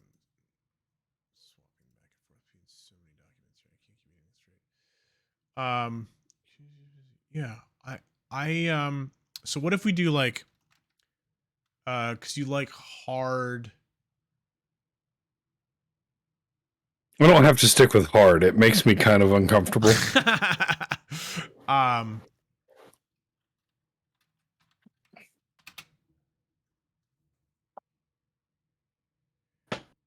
what is the trying to draw on all my forged and fire knowledge?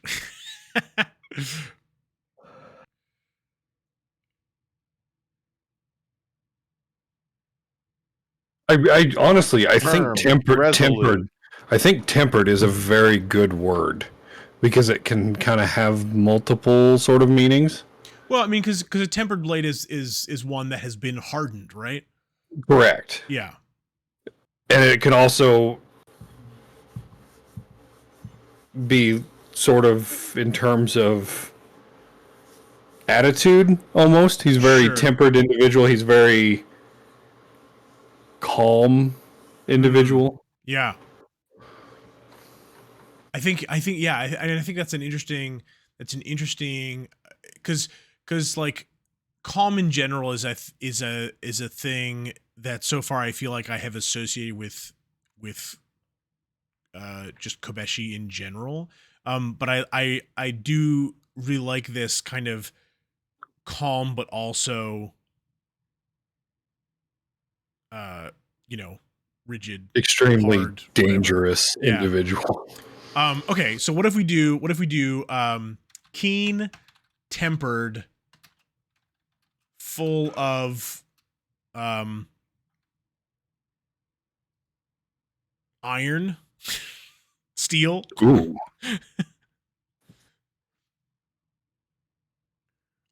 um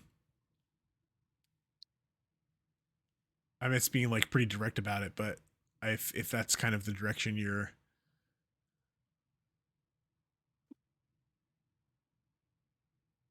I think iron is the way to go. Steel keen. just doesn't sound Yeah. right Well, to I me. think there's a And because of it, he refuses to work with steel. Only works with iron. there's something a little more like kind of raw and primal, I think, yeah, about iron as opposed to steel. Um that I think is an interesting uh whatever. But okay, yeah, that's great. I love that. Um I I feel like I imagined like especially when you're talking about like the wooden horns and stuff and that they have you know um Kobeshi will generally have little bits of um what do I say? Maybe these may be growing moss leaves or even small flowers. Their hair folds into something like a mane that trails all the way down the back. It's interspersed with live and growing twigs and or small vines.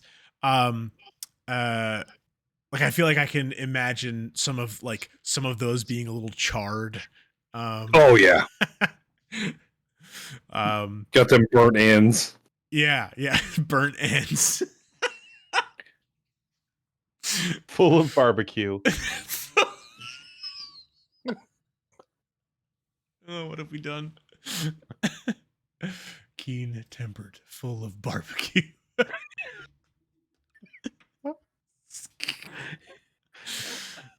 I would like that to describe me right now.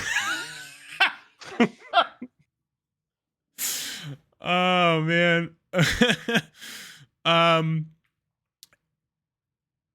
okay, awesome. Any other things you want to throw in about the character? This is great. I love this. Mm. I think we kind of nailed this one. I don't know that I want to do too much with it. Totally. I'm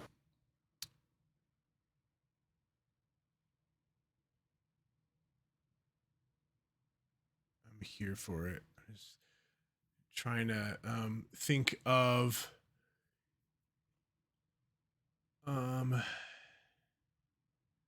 think if there's any kind of fun like visual or like behavioral like quirk, I guess we can throw into the mix. The minute he came on board, he fell in love with Rickless's sister. I'm gonna have to murder him.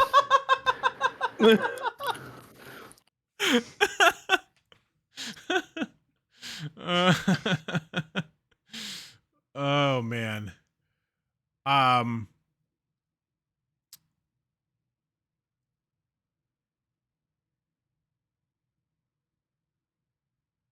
all right, okay. All right, how about this? Let me pitch this. Okay. So they have the two horns. I feel like having one of the horns be broken or whatever is like maybe a little bit like tropey or whatever.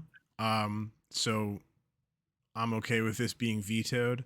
But what if one of their horns is like basically burnt off? Nah, I don't like that. Okay, all right. I was thinking burnt down like Hellboy's horns are like shorn down, Yeah, not like purposefully burnt down. um yeah, I don't know. This dude is a master of his craft, Uh-huh. and he would never burn himself like that. just some stray What if his horns are ornamentally decorated with like wood carvings that he did himself? ooh. That's fun. Like they're like tattoos, but it's like he did it with the poker from the forge, you know? Oh, so there's like almost like little like branded like designs and stuff. Yeah, like burned in. Yeah, that I'm good with. That's hella cool. That is tight. That is, I love that. And like his horns go backwards, right? So he did this literally like hands behind his back. Yeah. Like I'm kind imagining of, them going so like starting from the your kind of temples basically, and then going kind of like up and back and then kind of down and around and like then kind of coming to a point like on either side of your jaw kind of a deal. okay. Is the way I had kind of Kind of like a ram's horn curves back and around. that kind of deal. Yeah, I definitely love that he is like. Branded is a good word to like wood burning technique Yeah. Mm-hmm. on his horns, just all decorated.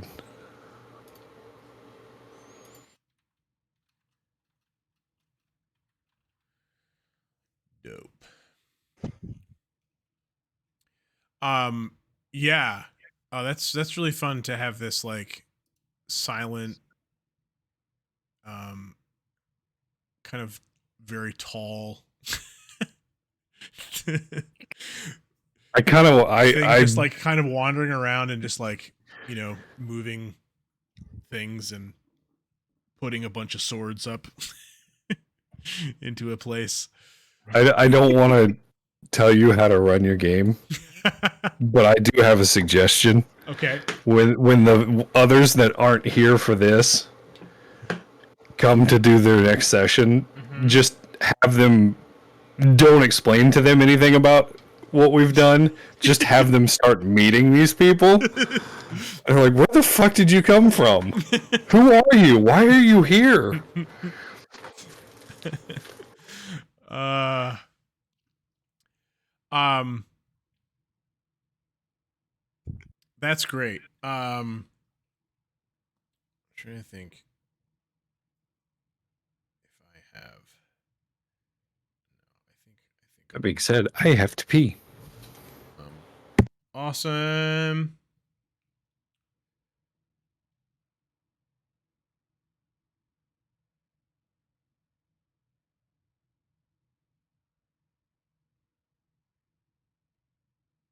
Yeah, I think I'll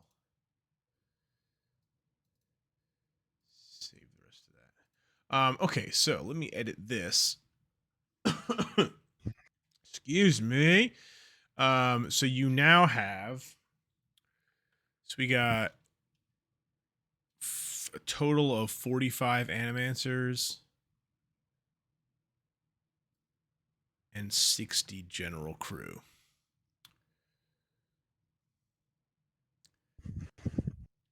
And before I had said that the correlation guard was 10 to 15.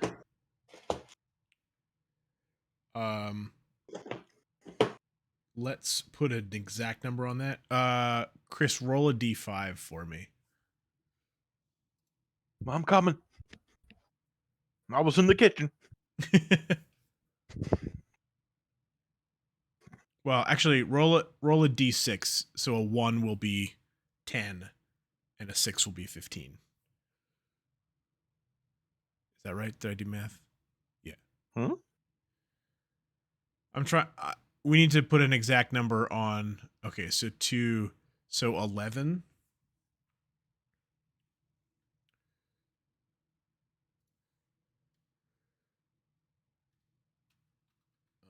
And you added 10, so now you've got 21.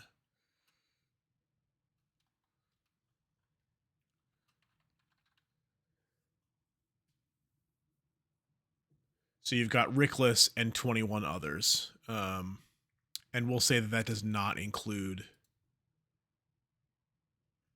Javin. All right, I'm back. Sorry. Welcome back. Hey, Okay. thanks. So we'll say that does not include Javin because he's like a cabin boy, basically. I'm just writing up all the numbers here. Sidebar. Brakk. Mm-hmm. Describe to me in detail. You're on the ship, and all of these 75 odd people just start showing up and going to work. What are your thoughts? What are you thinking? I'm very curious about this as well. I think Brakk would just like look up and look away. I don't think he would not be he would personally not be fazed by this. Okay, but what happens when a total of 10 people come in and start helping you in the infirmary or in the makeshift triage? I think at that point Brakk makes a point to go around to each of the new people and like pat them on the back and like thank them for coming to help. I kind of picture he's like, if 10 doctors walked in, he's like, like up to his elbows in blood. Just been like, because I imagine there's still like operations happening from people who got friggin' shrapnel in it from when Scott ran everyone over with the boat. I didn't do that. Or from when Scott blew up that other boat. You can't prove that. There's no physical evidence tying me to that crime. Definitely not. Not a blast zone. Literally on the map. But yeah, I think at that point Brakk would definitely go around and find out who everyone is, thank them for helping, figure out what their level of expertise is, and probably start allocating people to where they need to be. Yeah. And as Brakk is finishing up thanking all these people for coming to help, I stick my head in and I'm like, oh, by the way, we're paying them, Brakk. And then I run away. Well, Brakk doesn't care about money, so... Oh, that's right. You don't... Nah, that didn't have the effect I wanted it to. That seems entirely appropriate. All right, there you go. Scott, we haven't seen each other in 2 years. It does feel like that. It's okay. It's okay. It's okay that Matthos forgot. Love that.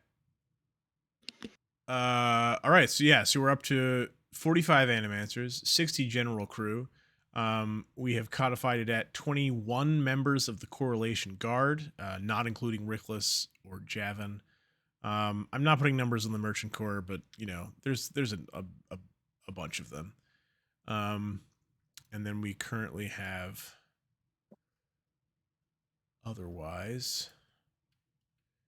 Oh wait, and we have 5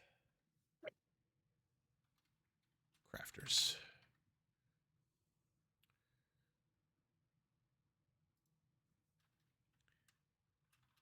And we'll say not including named NPCs.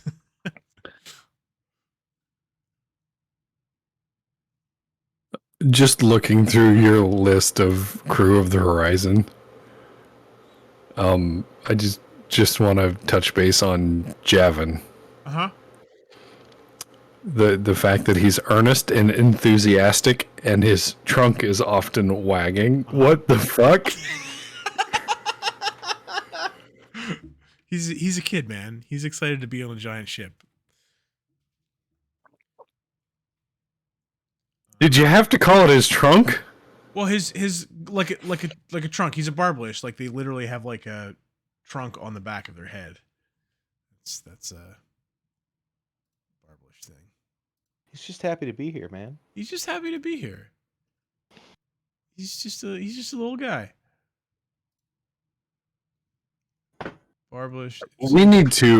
I think we need to get Gagley to do us some character designs. It certainly would be. Let's awesome. Send her all the money. They have a set of antlers on their head and have no nose in the normal spot. Instead, the hair on their head runs back into a prehensile trunk, looking as if it were a long, fat braid. So he's got, the trunk on the back of his head. It's just like wagging around because he's just a little guy who's happy to be there. He has Parkinson's, Dan.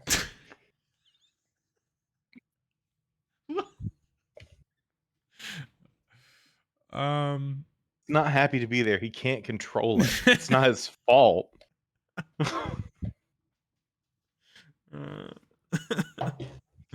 Okay, all right. So let's do one more. Especially since we've got a lot of people now. Let's do one more. I'll give you a freebie. Search for a room roll. Just as a fun, just reward for just hanging out for 2 hours talking about like literally nothing. Is it? This has been fun though. Is it time, Dan? Oh wait, what was that? What was the whole? Oh right. Oh, now I'm remembering all the things you were talking about. Hey, is it time? It might be. Let's find out. Does one of us have to roll for it? Yes. Chris, why don't you go ahead and roll for this since Scott I'm coming. Rolling for the other thing. I'm coming. So I was in the kitchen again. Search for a room. You may make this move once when you level up instead of taking a stat increase or instead of taking an advanced move, or when additional personnel and fictional positioning make it a reasonable possibility. Or when your GM is kind and benevolent and bestows a favor upon you. Hell yeah. When you or others at your direction spend hours or days searching the labyrinth below deck for a room of some use, roll plus int or plus quality.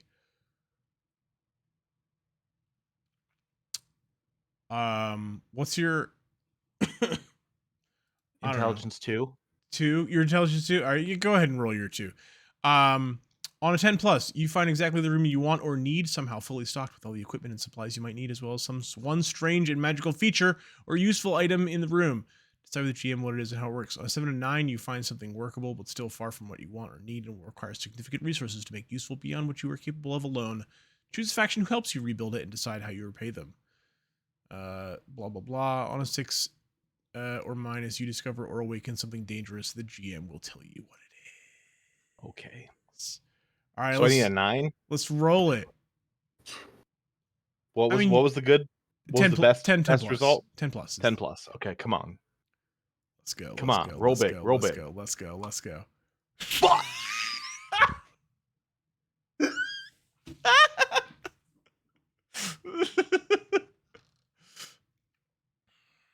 No, there it was. It was the 12. On a 6 minus, you discover or awaken something dangerous. The GM will tell you what it is. All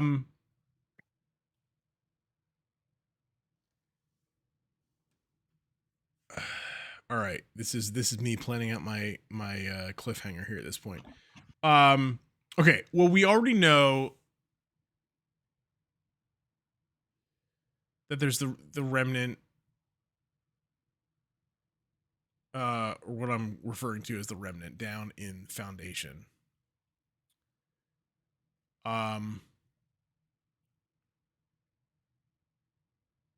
Let's start with this.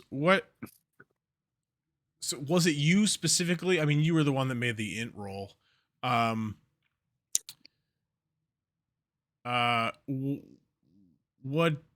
are you imagining being the fiction in terms of like who's looking?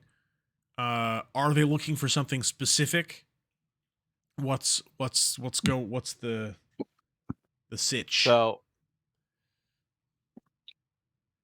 I think if it was like Brakk, granted that all he's been doing is working in the infirmary at this point, he would have set out to find like if there was a place on the ship that matched, like was looking for an infirmary of some sort. So that's why he was out searching. Oh yeah. Okay.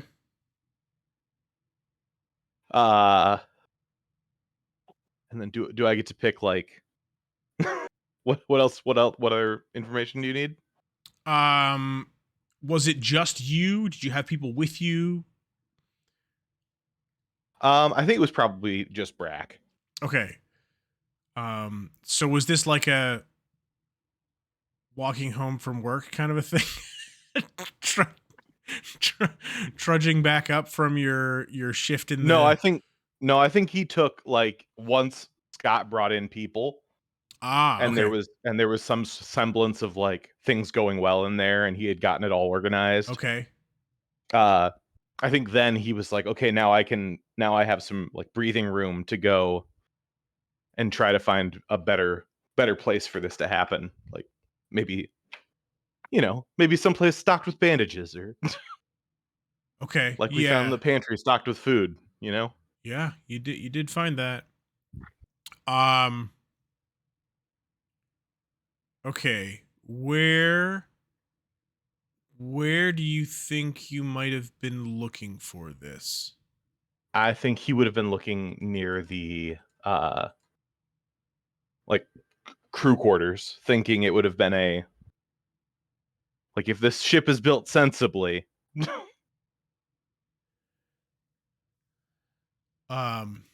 Interesting. Okay. So up in the um like up in the keep?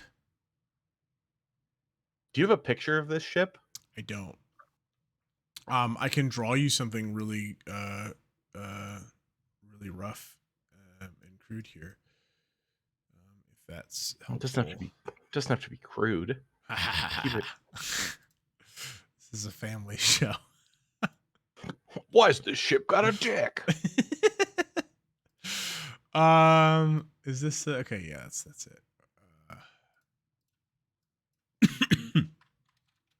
Oh, I'm dying. Okay. So generally, there's the front here, ship, right? It's the kind of prow thing.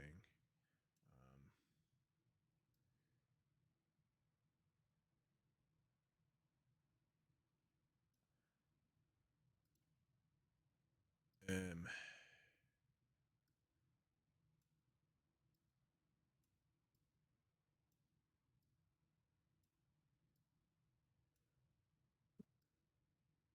I don't know what this looks like. And then Um,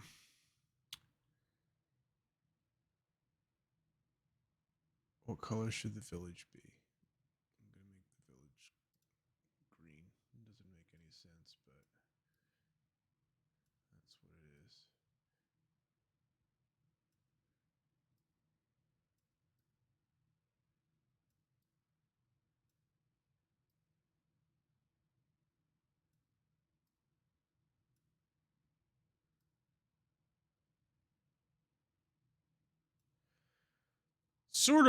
Sort of roughly like that. So this is where the hangar would be, down in this bottom Mm-hmm. the entrance from the back, and then that kind of runs up the length here. The spiral, what do I say about the spiral? Right in the middle of the courtyard, just in front of the keep, circular area. So maybe this is not, exactly to scale, but basically the spiral is kind of this sort of column here.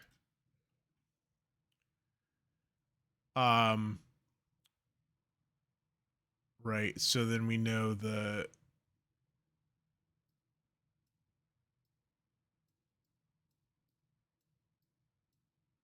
that's kind of the hangar. There's the storage to the front here. The stables are right above that, kind of here. Yeah, not exactly to scale and such, but that's kind of the general gist of it. So Yeah, I think he would have been looking up top because he's looking for kind of in his mind. He's like, if this thing's built with weapons, it was built to like obviously expecting a fight at some point. There must be medical facilities for crew, which you would want close to the top, so you could pull men off the top deck into medical facilities easily. Yeah, okay. So are you looking in the keep itself, or are you looking in sort of like upper layers of the foundation? Do you think? Maybe in the keep itself then. Yeah. Interesting. Okay. I know I'm killing your other No, I'm killing this as an intro for your other monsters. Well, no, I mean, oh no, what have I done? I didn't want to do that. Is there an undo?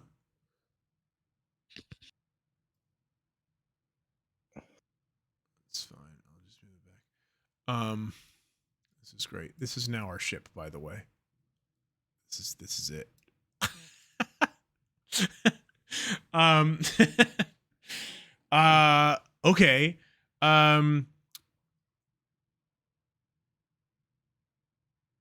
I don't know that I've necessarily thought about there being like unexplored parts of the keep. That's Well, if there weren't, pretty then that's not interesting. where he was looking. Well, I mean, I'm not saying that means there can't be. I mean, the keep is big. But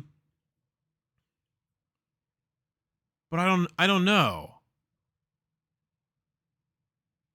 I think if that's what we want to do, I think then that means that there are parts of the keep,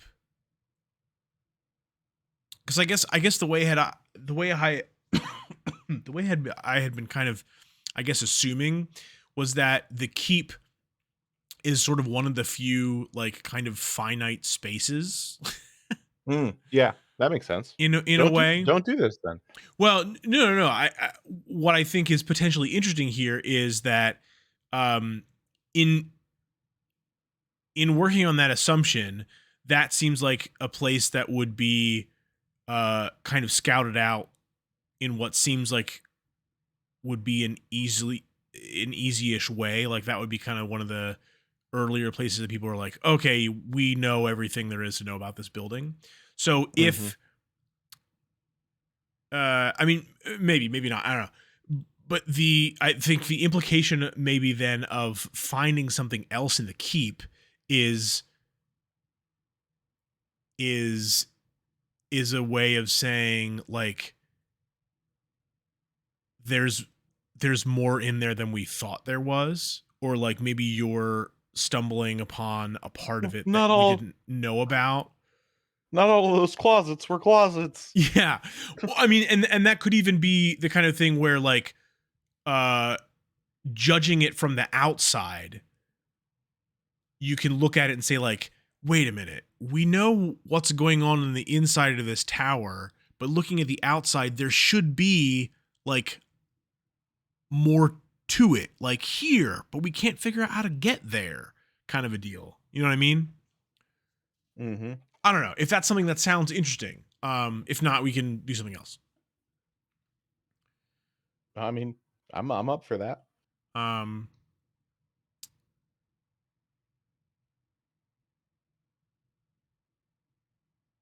yeah. Okay. So then, what does that mean as far as introducing?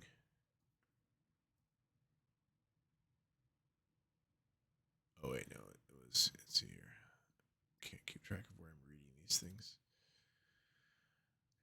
Discover or awaken something dangerous.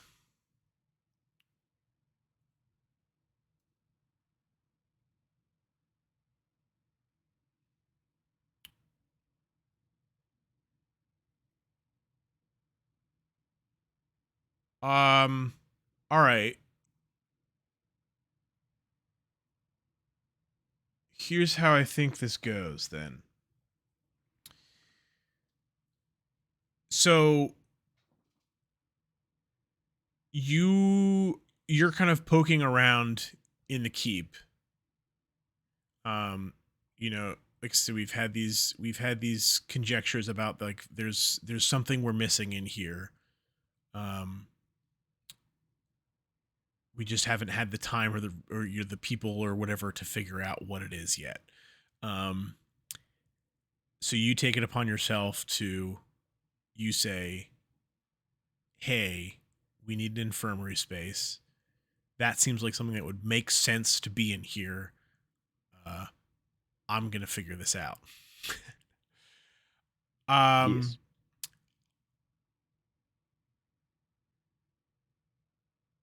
and what you find,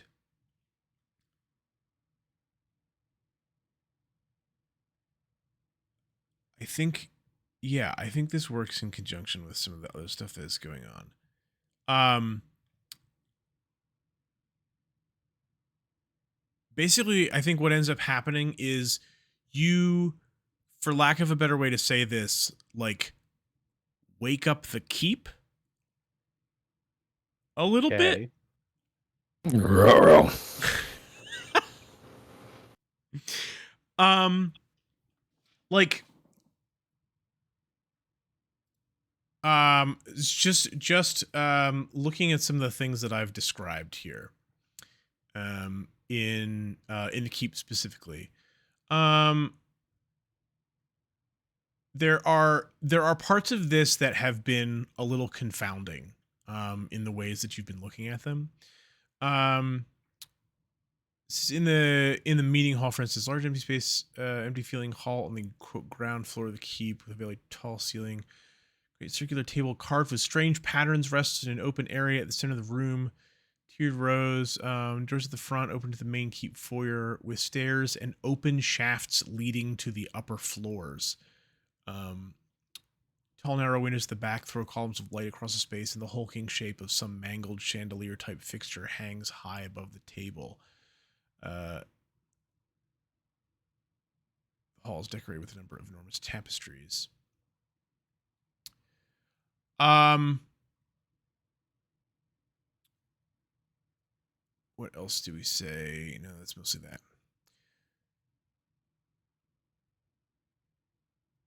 Okay, so here's what happens.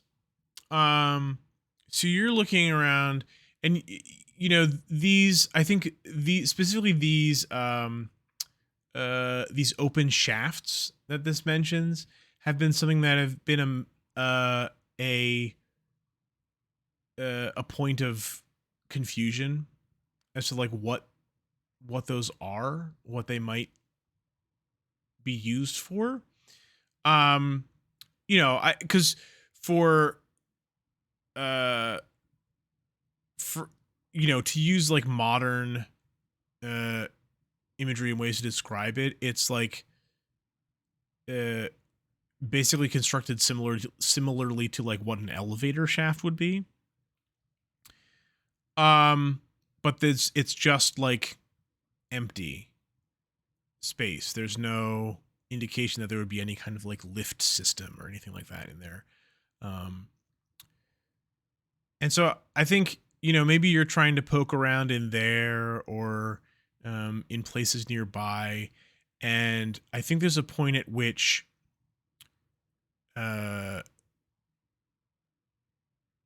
maybe you're playing around with that table a little bit.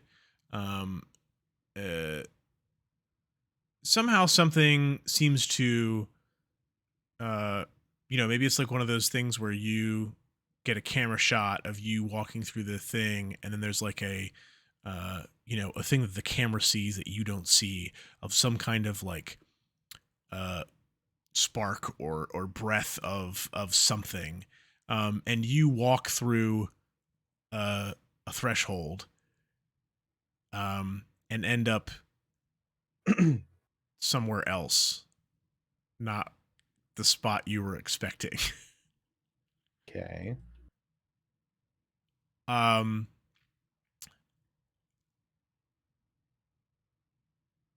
and quickly come to realize and call back to some of the things that you witnessed and went through uh in the temples, especially since we're just recently talking about these sorts of things in the Anchor game. Um, that it dawns on you that this was we've been dancing around the fact that this is a cartographer constructed thing, um, Mhm. and therefore is uh, logical to assume that would be present with some types of cartographer, quote unquote technology, and things like that. Um, and you know, Iridia had some dealings that I don't think she's mentioned to anyone yet No, at this point. she doesn't talk about things. She doesn't talk about things. She keeps secrets from us, even though we're the only people that she fucking knows. We can discuss this in the larger session as to how some of this whatever. Um, but there's something going on with this ship at this point, and uh, part of this keep has begun uh, to wake up, uh, but not in a stable way. Um,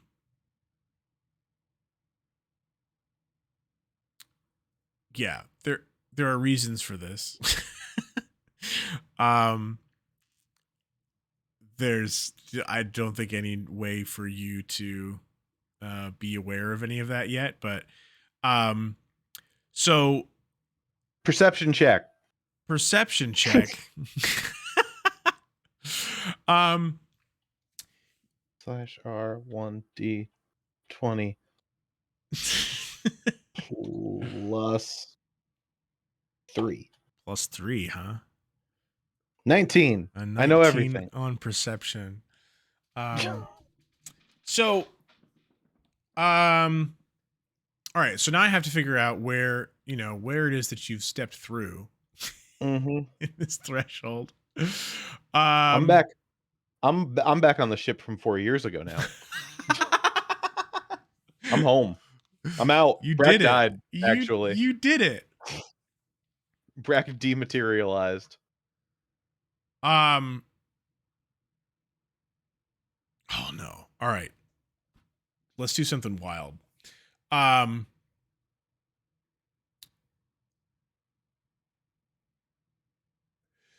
so so you walking through this threshold to and ending up somewhere else in this nice sort of neat clean way is what would happen if everything was, kind of working the way it's supposed to. Oh no, I've been splinched. um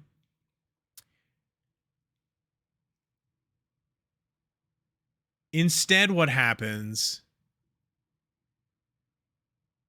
is you step through this threshold, um and as far as you're concerned, a bunch of things start kind of flashing through your head, or it seems to you perhaps that you are kind of flashing through a handful of uh spaces, realities, existences, who knows. One of them, uh early early on in this, is a I think this is one of the more sort of like solid uh visions that you get. Solid, yeah, is of a, um well, I mean, it's here, you can read it. um it's a, uh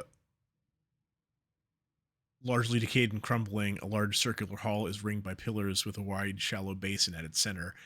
You see a flash of the Mind Grove, that's on this ship, which none of you but Iridia has seen yet. Because I, like, again, I don't think she's said anything about this. But you see, like I said, this is one of the more like clearer things that you feel yourself passing through. Like there's a lot of the other ones are just like really quick, kind of blips that you feel yourself, um, uh, going through. But this one is one that stays for like a couple seconds, like more substantially. So you see yourself in this room, this big circular chamber with pillars. It's dark. There's this giant, there's like a big shallow basin at the middle that has this enormous tree uh, rising up kind of beyond sight into the heights of this chamber. Um, and you see this big, this large shape, uh, uh, the size of a cart, made mostly of stone, grafted through bits of metal and growing with threads of wood. You think it's just like a pile of rubble at first, and then it turns towards you, and it sees you, um, and you can see this snout-like face, um, uh, turn towards you, um, and then it's you can feel it seeing you, and kind of not exactly understanding why it's seeing you. um and then you're, through to the next thing. You pass through, um uh glimpses uh of the temples, of areas of the temples. Maybe you pass through, and see, um, a vision of yourself uh, appearing as part of like the host of copies of yourselves that got called into that fight with um, the cartographers in the temples there. Like you see the quote prime versions of you and the other PCs like fighting and getting killed. Um, and you remember that. Uh, you pass through um, flashes of of other places you've seen, of many other places that you don't recognize. Maybe you get the briefest flash of yourself back on the boat from the very beginning, back in Tandara. Um, you get a flash of um, uh, an a landscape that is uh, completely engulfed in fire.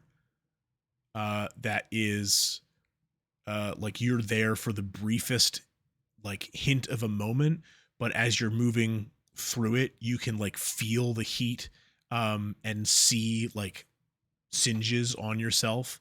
Um, as you've passed through that. And the final one you end up in, uh, you almost think for a second that you've come back into the like the mine grove, but as like some weird miniature, and that it looks like 1,000 times bigger. Um, but then you realize it's not quite that. Um, because you're in this just absolutely massive cavernous space. Um, there is uh, a an just monstrous tree shape in the center of this cavern, but it is growing down from the ceiling, and it is like you know impossibly like twice the size of the ship, like in total, um, and it is uh, uh, you can see streams and rivers of water like flowing down from the ceiling uh through the branches, off the branches, into this enormous kind of pool uh at the bottom. And around the edges of this pool, in this cavern, you can see things growing, and just like you saw this shape of this thing turn towards you, um uh and see you in the mine grove, um you see um I need to know, shoot. I need to know one thing really quick. I don't know that I have this information anywhere right now.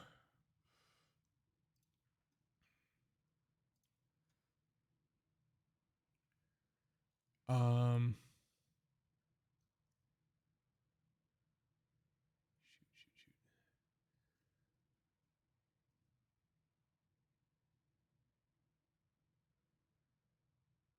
I'm pretty sure it's 5.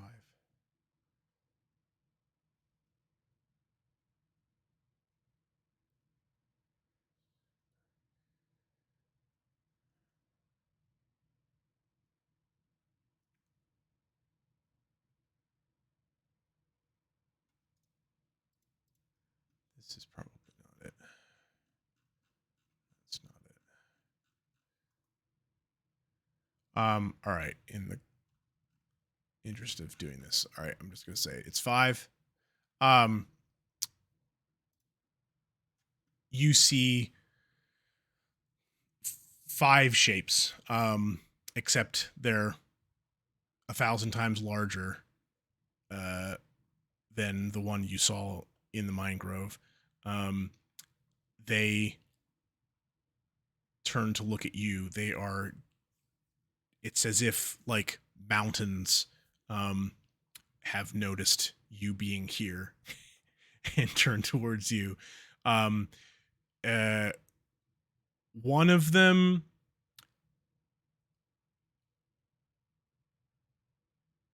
One of them somehow feels familiar to you.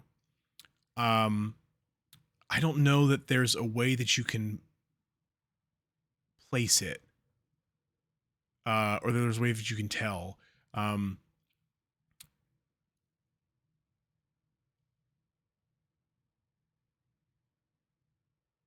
But one of them feels familiar to you. I think.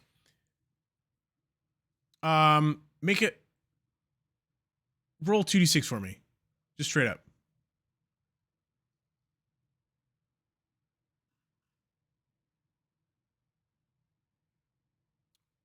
Oh snap!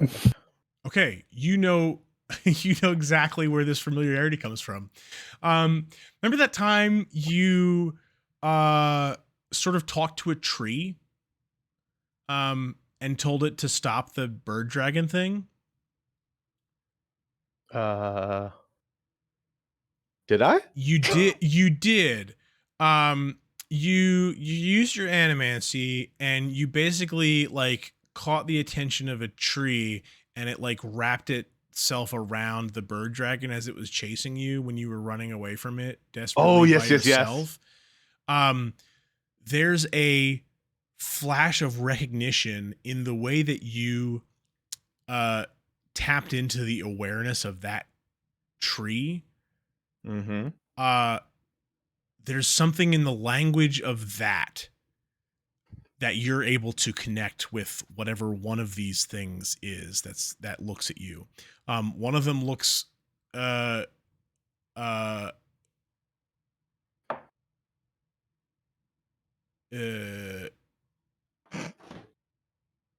no, sorry, not looks. One of them is dead. One of them is not moving. It looks like real messed up. There's just like a dead mountain in one corner of this large chamber, and then this pool at the center.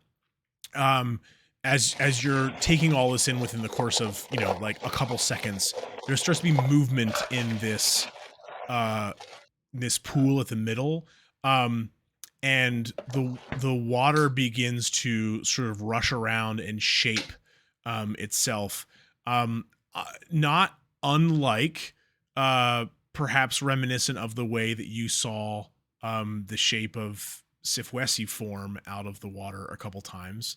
But this obviously is, again, like a 100,000 times that size.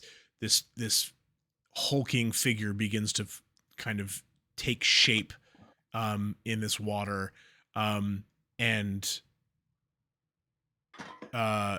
something like some kind of, they're not really eyes, but something that you can tell sees you. And there's just a moment of uh of that kind of connection, the same kind of thing where you know that it notices you, you notice it, and then you're gone. And then you come to, and you're, who is it that finds you? Hmm. Who is it that finds me?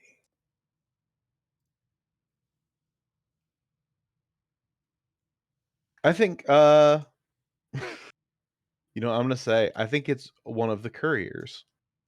Ah, okay, that's cute. Um, Start using the new little factions.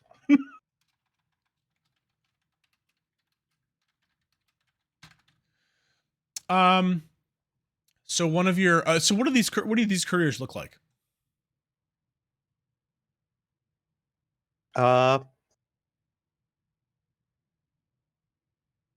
Do wow. they have like I a, think they're do they have like a uniform, or do they have like a, I don't know, maybe it's too I mean early for that. I don't think they do yet, no.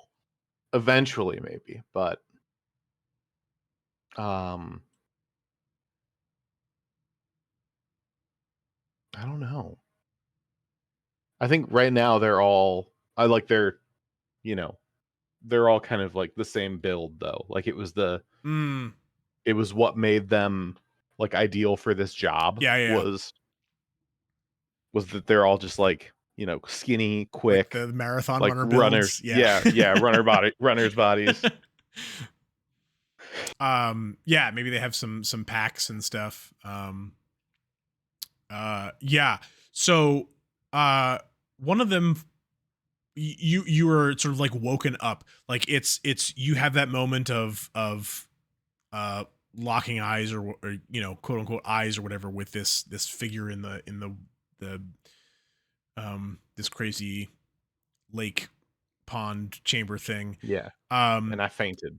and you are Oh gosh, dog, golly. pulled out of that by the eyes of um this courier who's woken you up.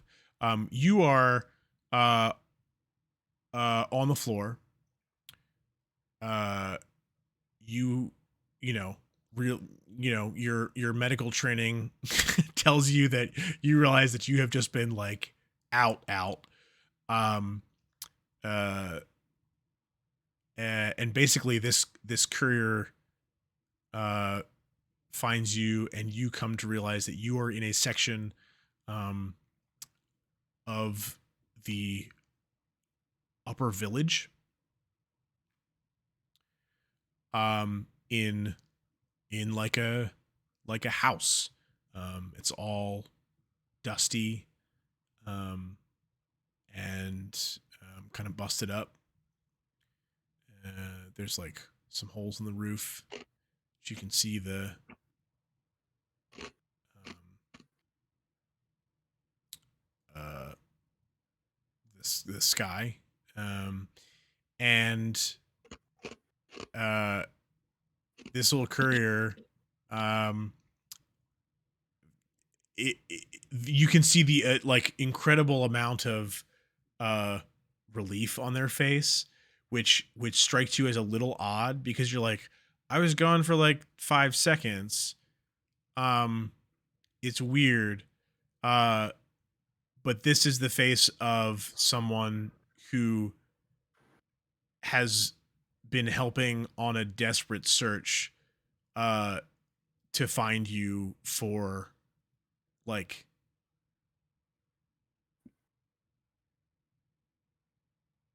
days. Okay. um so it's like two days later or something. Oh, okay. um It's been 15 years. it's been, everyone you know is dead.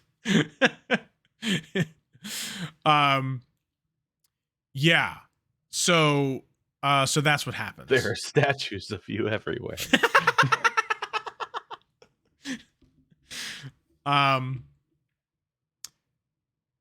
yeah, so that's what happens. Hey, that's fun. Who knows what that is? um Certainly not me. Certainly not you. But there are things out there uh that These little know guys. about you. um and yeah, and as in case it wasn't already like weird enough to be running around Foundation, when the Foundation section is like, haunted, and has a magic monster, and like sometimes the paths and tunnels don't do what you think they're supposed to do. Now you have to potentially think about, um maybe people get teleported to weird places when they walk through doors. Um because there is something about this ship that is trying to wake up but can't quite yet, in a way that is uh unpredictable and dangerous.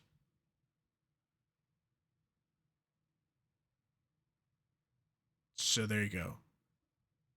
I guess you can take XP for that if you haven't already. I haven't. Let me go.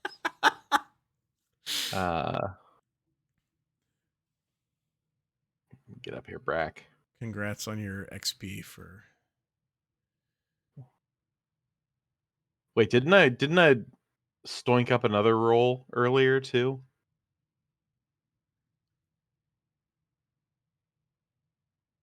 I mean, when you rolled the 1d6, that was just for. That doesn't count. That was just for a thing. Oh, that would have leveled me though. Well, next time. No, it wouldn't have. It's twice your level plus 7. That sounds right. I don't know. It's your level plus 7. Your level.